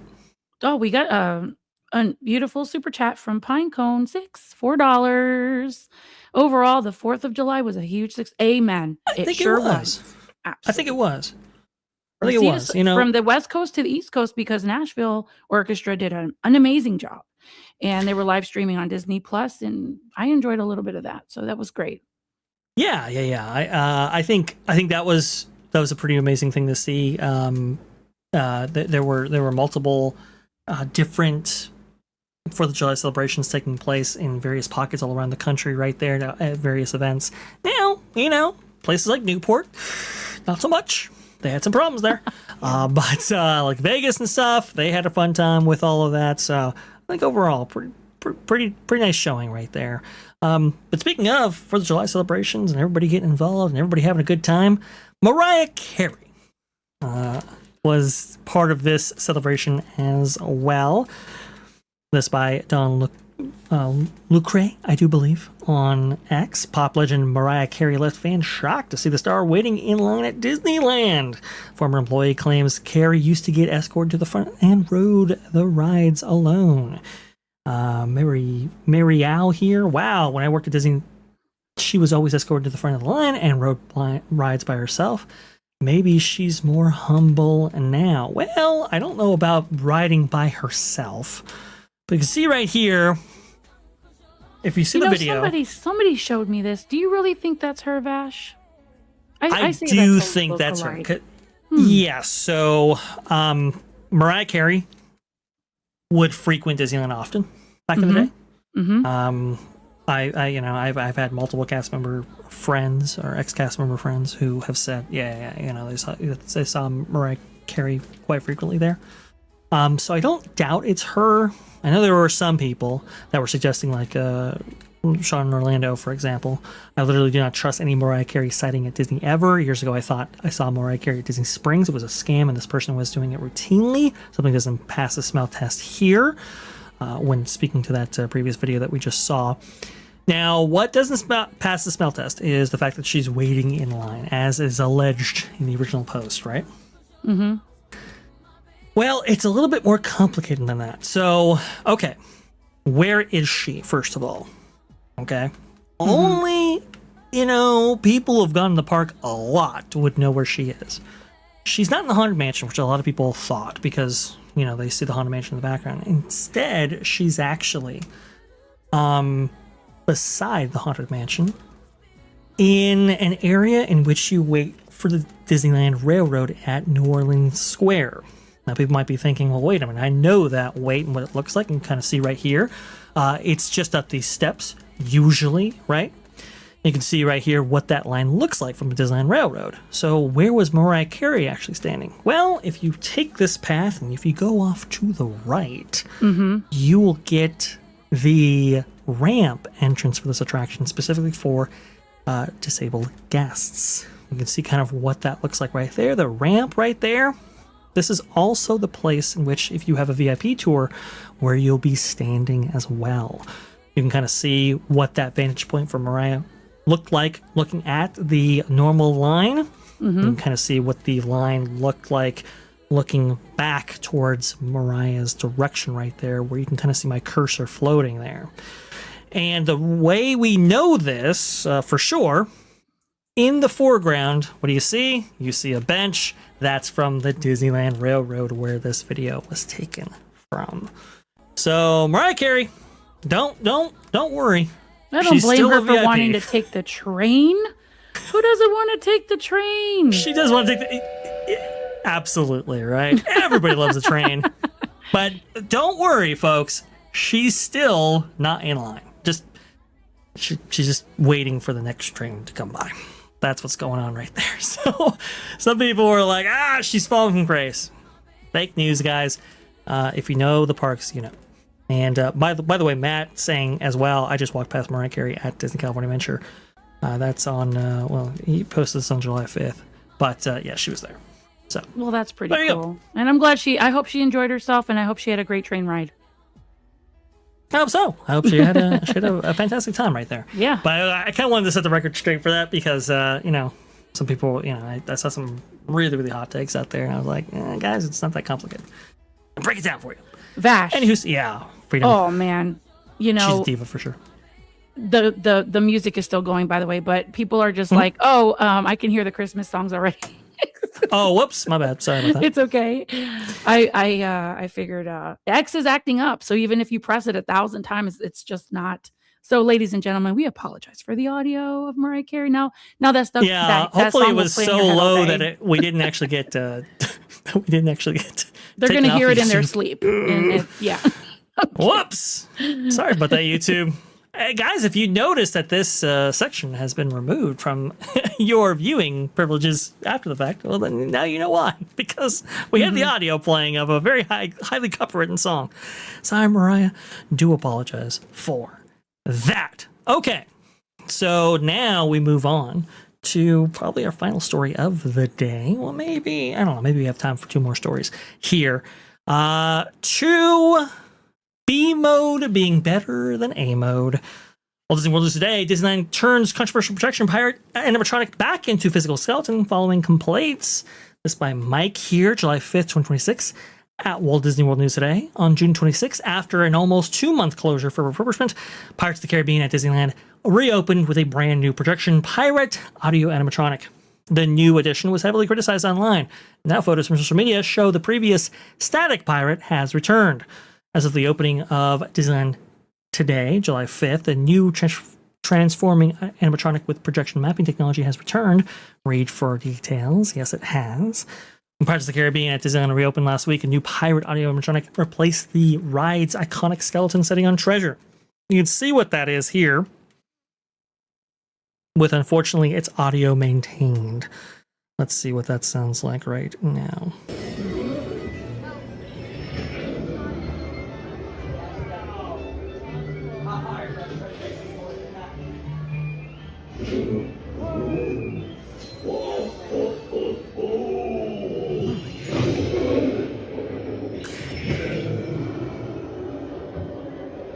Uh-oh.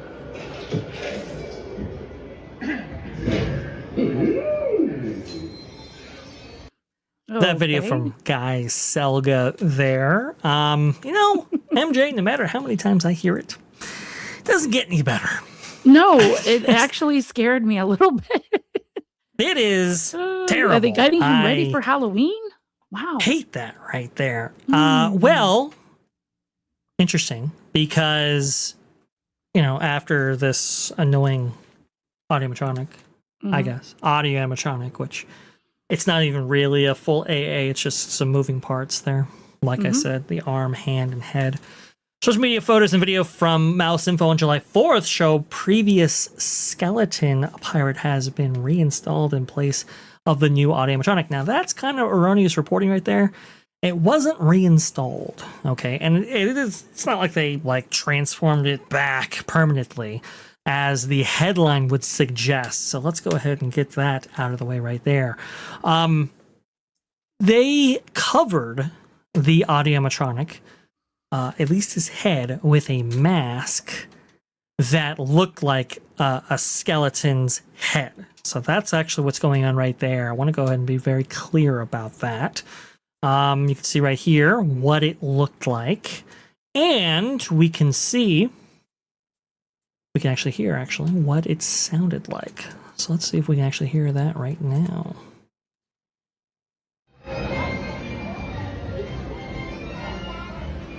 As you can see, He's dead. like the good old days. Like he should be, MJ. Come on, it's supposed to be.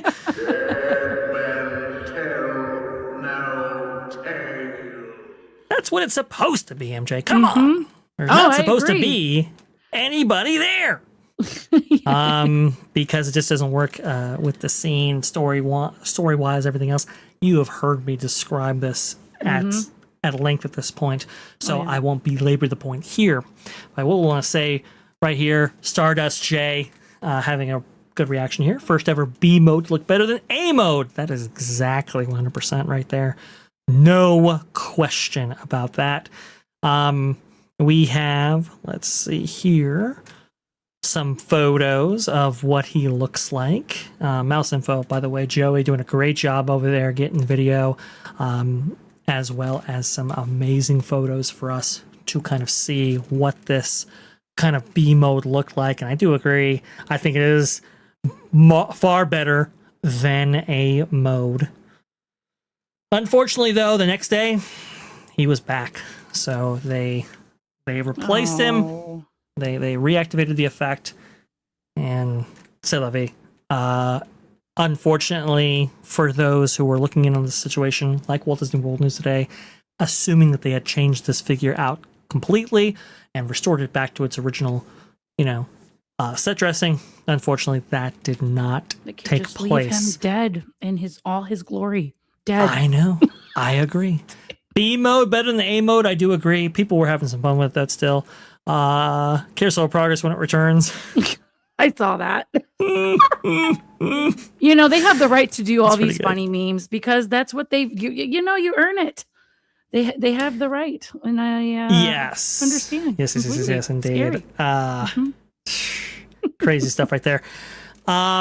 Let's see here. I would like to, if with your permission, tickle Please. the fancy of the audience.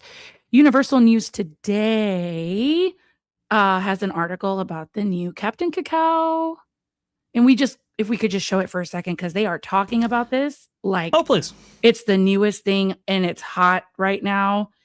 And Okay. I would be completely how do I say this? I don't think I would be able to sleep tonight if we didn't talk about this, because I went absolutely insane when I saw this shake. So not only we have the merch, but the shake. It's in your DMs on X. So DMs on X. Yeah. Okay, let's go ahead if and you're able see to, that if now. the beautiful X works, I see. the shake, Okay. the almighty shake, Captain Cacao in all his glory. Look at that beauty with the little Starlight hat. Voyage shake from Satellite Shakes. It's pretty good. A lot of praline mixed in. So it's chocolate shake layer with rich ganache, marshmallow, blackberry syrup, and praline crunch, finished with chocolate whipped topping, blue Starlight ribbon, and Captain Cacao's signature hat. That It's is pretty cool right there. At least adorable. making some, park specific merchandise and what is it? Some eats. That's pretty cool. Yeah, look at all the comments about it. Nicole Williams wants to try it. O2 gave the recipe for it.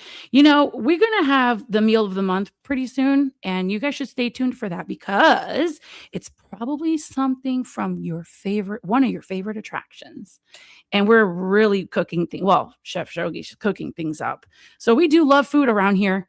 Showing some love to Captain Cacao. Thank you for bringing that up, Vash, for the audience. Appreciate that. Absolutely. No question right there. We love Captain Cacao right there. I know he was a little bit lonely at his meet and greet location. He was. a little whiles OG55 back. shared that with us. Yeah. Yeah, not so good. I like Captain Cacao to get a lot of love there, and he was not having a fun time by himself. Yeah, let me see if I can actually show you that now. That's from Universal Parks News Today. Look a little lonely, look a little bored out there. So I like them highlighting this character right here. I think it's really, really cool, and He's so cute. it's a new era. Yeah. He's just playing with his Universal hands. Entertainment. Yeah, he's playing with his hands right there. That's no good. So we love little Captain Cacao right there. Thank Dueling you for Park that. News with that visual right there. And now, of course, Universal beautiful. Parks News Today with the announcement of the new shake. Awesome stuff for sure. I want to go ahead and highlight this right here. I believe Mice Chat did a little bit of a poll here regarding this new edition right here. See? Pirates of the Caribbean quietly reopened today at Disneyland with an all-new audio-animatronic. Do you like or dislike the change? 12% like, 88% dislike. No Now, shocker. they have said before that initially changes like this aren't seen as good, and sometimes they shift in time. This one, though, I don't think it will ever be fully embraced by the fandom, which is most unfortunate for Disney, because obviously they spent a lot for it. Yeah. Oh, Captain Cacao there. The Good audience stuff. is hungry. Yeah, it's really, really hungry. So let's go ahead and get out of here and get some lunch. How about we? All right, maybe some dinner if you're on the East Coast there. Before we get to Ron from Father Bradley's Fun and his amazing show, The Dish. That's where you can get fed right there. There you go. Before then, though, gotta highlight this. We check in on Fantastic every once in a while, and this case is no different. The Mark Twain having some issues. Now, if you know the Mark Twain and its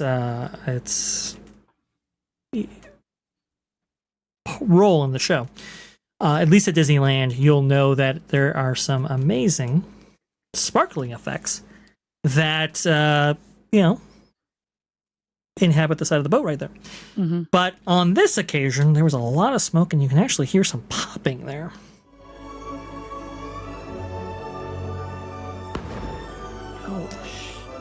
That's not good. Another this- Maleficent malfunction? I don't know for sure. But apparently, the Disney maintenance and entertainment crew were looking at it after the fact right there, making sure that everything was okay. Apparently, though, they were not fully satisfied with what they actually saw. Let me go ahead and play this right here. Sorry, guys. Do apologize. I'd love to play these just normally, but I can't. Okay, here we go.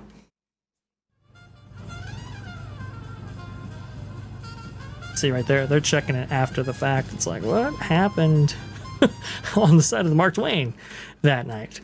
That's no good. But hey, you know what? Don't worry, guys. They'll get the Mark Twain back ready and ship top,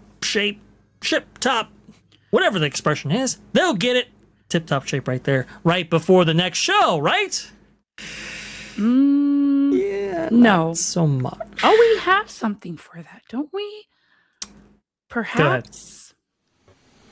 So you're telling me there's a chance? Yeah! No. No is right. You can see right there where the characters should be. They should be on the side of the Mark Twain. Oh, man, that's crazy. They're on the island. So What now happened? I don't even know where we are in the modes anymore, because I said previously it was F mode. Now we might be beyond that. This might be Q mode, O mode, Z mode. I don't even know where we are. But Ala mode. We're not Ala mode. That's for sure. we're not Ala mode. Or not that, but we are in this position where, I mean, this is just crazy right here. MJ, what is going on to our beloved Phantasmic? We are now in a place in which we have no dragon, in which the flying carpet effect does not work, Jeez. in which we have now no Mark Twain. What are the other things? The Columbia has to be, basically tugged from one end to the other now on a regular basis. I don't know what the plan is here. And apparently they've been working on a portion of the Phantasmic infrastructure within the river for like a month now. Still haven't gotten that right. This show is in bad shape. That again, for that $59 Twilight ticket package right there at Disneyland, this is one of the entertainment offerings that you have to see the show in just such a damaged, terrible state. I don't know what is going on. Yeah, I know. O2RR saying what we're all thinking right here. What show is this? Yeah, this would be Phantasmic, allegedly. That's apparently what this is. So instead of getting the amazing show that features characters, singing and dancing on the side of the Mark Twain, you get this. Oh, we have Nicole Williams saying that's shape language gone wild. It really has gone wild. What's going on with the maintenance? Where are the cast members? It's all hands on deck, people. You're paying for a ticket for the nighttime. These are the nighttime offerings. Unacceptable. Look at that. Not That's good. what you're supposed to be paying for. That's what you're supposed to be seeing. Yeah. Now, even then, the effect didn't work right there. There was no pyro to launch Mickey there. So there was a bright light. But still, you got the Mark Twain. That Mark Twain is Now, beautiful, pyro's not irreplaceable. doing very well at all. Original version of Phantasmic and its soundtrack is the best version. I agree with you. Phantasmic 2.0, 100. as people call it at Disneyland. Not good. Original version will always be the best. It'll always be, folks. Always be the best. That's just me. Yeah, and then obviously you've seen this footage right here where no dragon, we just have Maleficent up there, just it's throwing her wand around. cheap. I suppose. Out. Well, her staff. That's her staff. Yeah. That's her staff. Okay, her scepter, her staff. Okay. Yeah. Unacceptable, man. This is not okay. Not good, right? And And people meanwhile, pay. you got Epic doing the nighttime spectacular. Well, folks, you're seeing it firsthand here. Now you know where you're going to put your money. That's it. Yeah. People pay hundreds of dollars per night for those dining packages to see this show. Wow. And to see it without this is ridiculous. That's crazy. No one wants Mary Poppins dancing on a rock. Right. In the middle of the rivers of America. Terrible. Yeah. Well, look, at least we have rivers, I guess. But still, come on. If people are paying extra for this show right here, either, from a Twilight ticket, from a day ticket, annual pass, or dining package, come on. Least you can do is give us the full kit and caboodle right here. Well, we'll keep an eye on it and make sure we have a time stamp for you guys and an update as soon as it comes back. They have to bring it back. How long have you guys been without a dragon? We have been without a dragon now. Is that 3 years? I think it was May 2023, right? Do you have the womp womp womp music to play while you say that? 3 years. Yeah, exactly. Why? Okay, let's 3 see. April years. 22nd, 2023. That's when it was. Oh my gosh, unacceptable. We are now over 3 years. Jeez. Yeah. Storybook Sorceress. At least we have rivers. Sorry, I had to do it to you. I do apologize. We can at least be thankful for something. In that we have a Rivers of America that we can actually still all see. It's just not on the East Coast. Freedom Seeker, that looks like a lot fewer characters in the Mark Twain than it used to be. Yes, it is. There's no question about that. I think I have a comparison footage between that. I can't find it on the fly right now, but yes, that is true. And people don't believe me about the Columbia. Let me see right here. Oh, I'm gonna put your comment down. Can you see behind the Columbia? It's very dark, but can you see that a little bit right there? Well, yeah, just that's a a little tug. It's kind of like a separate boat pushing it along. Oh boy. Yeah. Oh, I see it now. Now that you put motion into And it. I see it. the stunts, at least on this performance that I actually saw, they didn't actually perform the stunts that they were supposed to. So you're supposed to have a guy actually fall from the mast right there onto that inflated portion of the Columbia right there. That didn't happen. Doing acrobats and stuff Right. It's a whole bunch of stuff there that didn't actually go off because Jeez. it's just a bad shape. It's in bad shape, MJ. Well, Don't like it. That's why I keep bringing it up. So no, you have to, and people know what to expect when they go. You're saving your money and you want to have a great show, but you're not going to get it right now until they put everything back and fix it the way they're supposed to. O2RR, we've now seen Disney's failed night show and Epic Celestial Goodnight. Yes.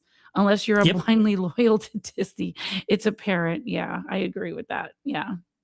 Yeah, who has it's apparent who has show. the better nighttime show right now. Yeah. Sorry about that. Do apologize. No, you're fine. Absolutely apparent who has the better nighttime show. Celestial Goodnight. Yeah, it might be better than current Fantasmic as it stands right now, at least at Disneyland. Now in A mode, could change. But for right now, there you go. Freedom Seeker, I still think Disneyland A mode version, Fantasmic, the best nighttime show I've ever seen. A lot of people feel that way. Yeah. It is an incredible experience. There's no question about it.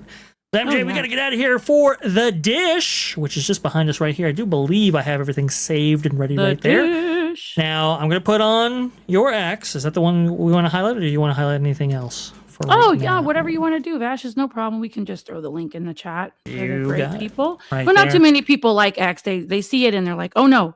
And I get it. It could be a tough playground, but it's great for me. And if you want to follow me and join in the fun and the conversation, I appreciate it very much. Thanks for having me on today with you, Vash. It was fantastic. A lot of great updates on nighttime offerings and so much coming, that we still have to cover. There's things coming up every single day. It's so exciting. It's like the news doesn't stop, so we don't stop. News doesn't stop. Neither do we. It's supposed to be news never sleeps. Neither do we. But yeah, well, we don't stop nor sleep, as I've come to find out recently. Anyway, That's okay, though. We have some amazing stuff for you in the pipeline here on the Vash Sky ParkCast. I'm sure MJ has a lot of stuff coming out very, very shortly, so definitely subscribe to her various social medias, which are available in both the chat and also too in the description of this video right here. Let's go ahead and make sure that we have at least your X link in the chat right there for everybody to see. There you go. Boom. That's going to be in right there. In terms of Vash Sky ParkCast, though, we have an incredible show coming up actually tonight as part of a simul stream that we're doing with Capture the Magic and OG55. I think Theme Park Connector is going to join us for that show, talking about all things theme parks as well. I know Jared just stayed at the Helios and saw Celestial Goodnight in person as well. So I want to go ahead and hear from him just what he thought of his experience right there. I know we just got Marvin's thoughts, and he was blown away by it. Definitely want to get Jared's thoughts as well, because he was somebody that was a little bit concerned like I was when it came to pyrotechnics, fireworks, and everything like that. Really want to go ahead and pick his brain on all things Universal, Celestial Goodnight, and more, I am sure. So that's going to be tonight at 5:30 p.m. 5:30 p.m. Pacific, 8:30 p.m. Eastern, right there. So definitely check us out for that simul stream. And tomorrow, what is it? Going to be 6:30 p.m. Eastern. 6:30 p.m. Eastern. Yeah, 3:30 Pacific, right there. You have a lot of shows, Vash. We got a lot of shows right there. It's tough to keep together, but we have our Thursday program as well, talking about maybe Disney bit off a little bit more than they could otherwise chew. When it came to these resort restrictions right there, there's a certain bar and a certain resort hotel that was a little bit empty, as has been seen right there. So we'll go ahead and break that down. And many more stories like the revolving door that is Disney leadership right there, Walt Disney World getting new leadership, and Disneyland's previous president right there. He might be retiring in the near future. So we'll talk about the implications of that and a whole lot more. That's going to be tomorrow at 6:30 p.m. Eastern, right there, right before Marvin's amazing M4 Empire that he has at 8 p.m. Eastern that night. So that'll be really, really cool. Until then, folks, we will see you. I don't know, around the dish, I guess. We gotta get over there right now. If you haven't yet, please subscribe to the channel. We are so close to 10,000, and I want to make sure that all of you out there are Skyliners and have subscribed, be part of that first 10,000 club. That'll be really, really cool right there. I think that'll be great. Make sure to like the video, share the video, and do all of that. Let's get on over to the dish to join Ron. From MJ, from Vash Sky, remember, folks, the sky is the limit.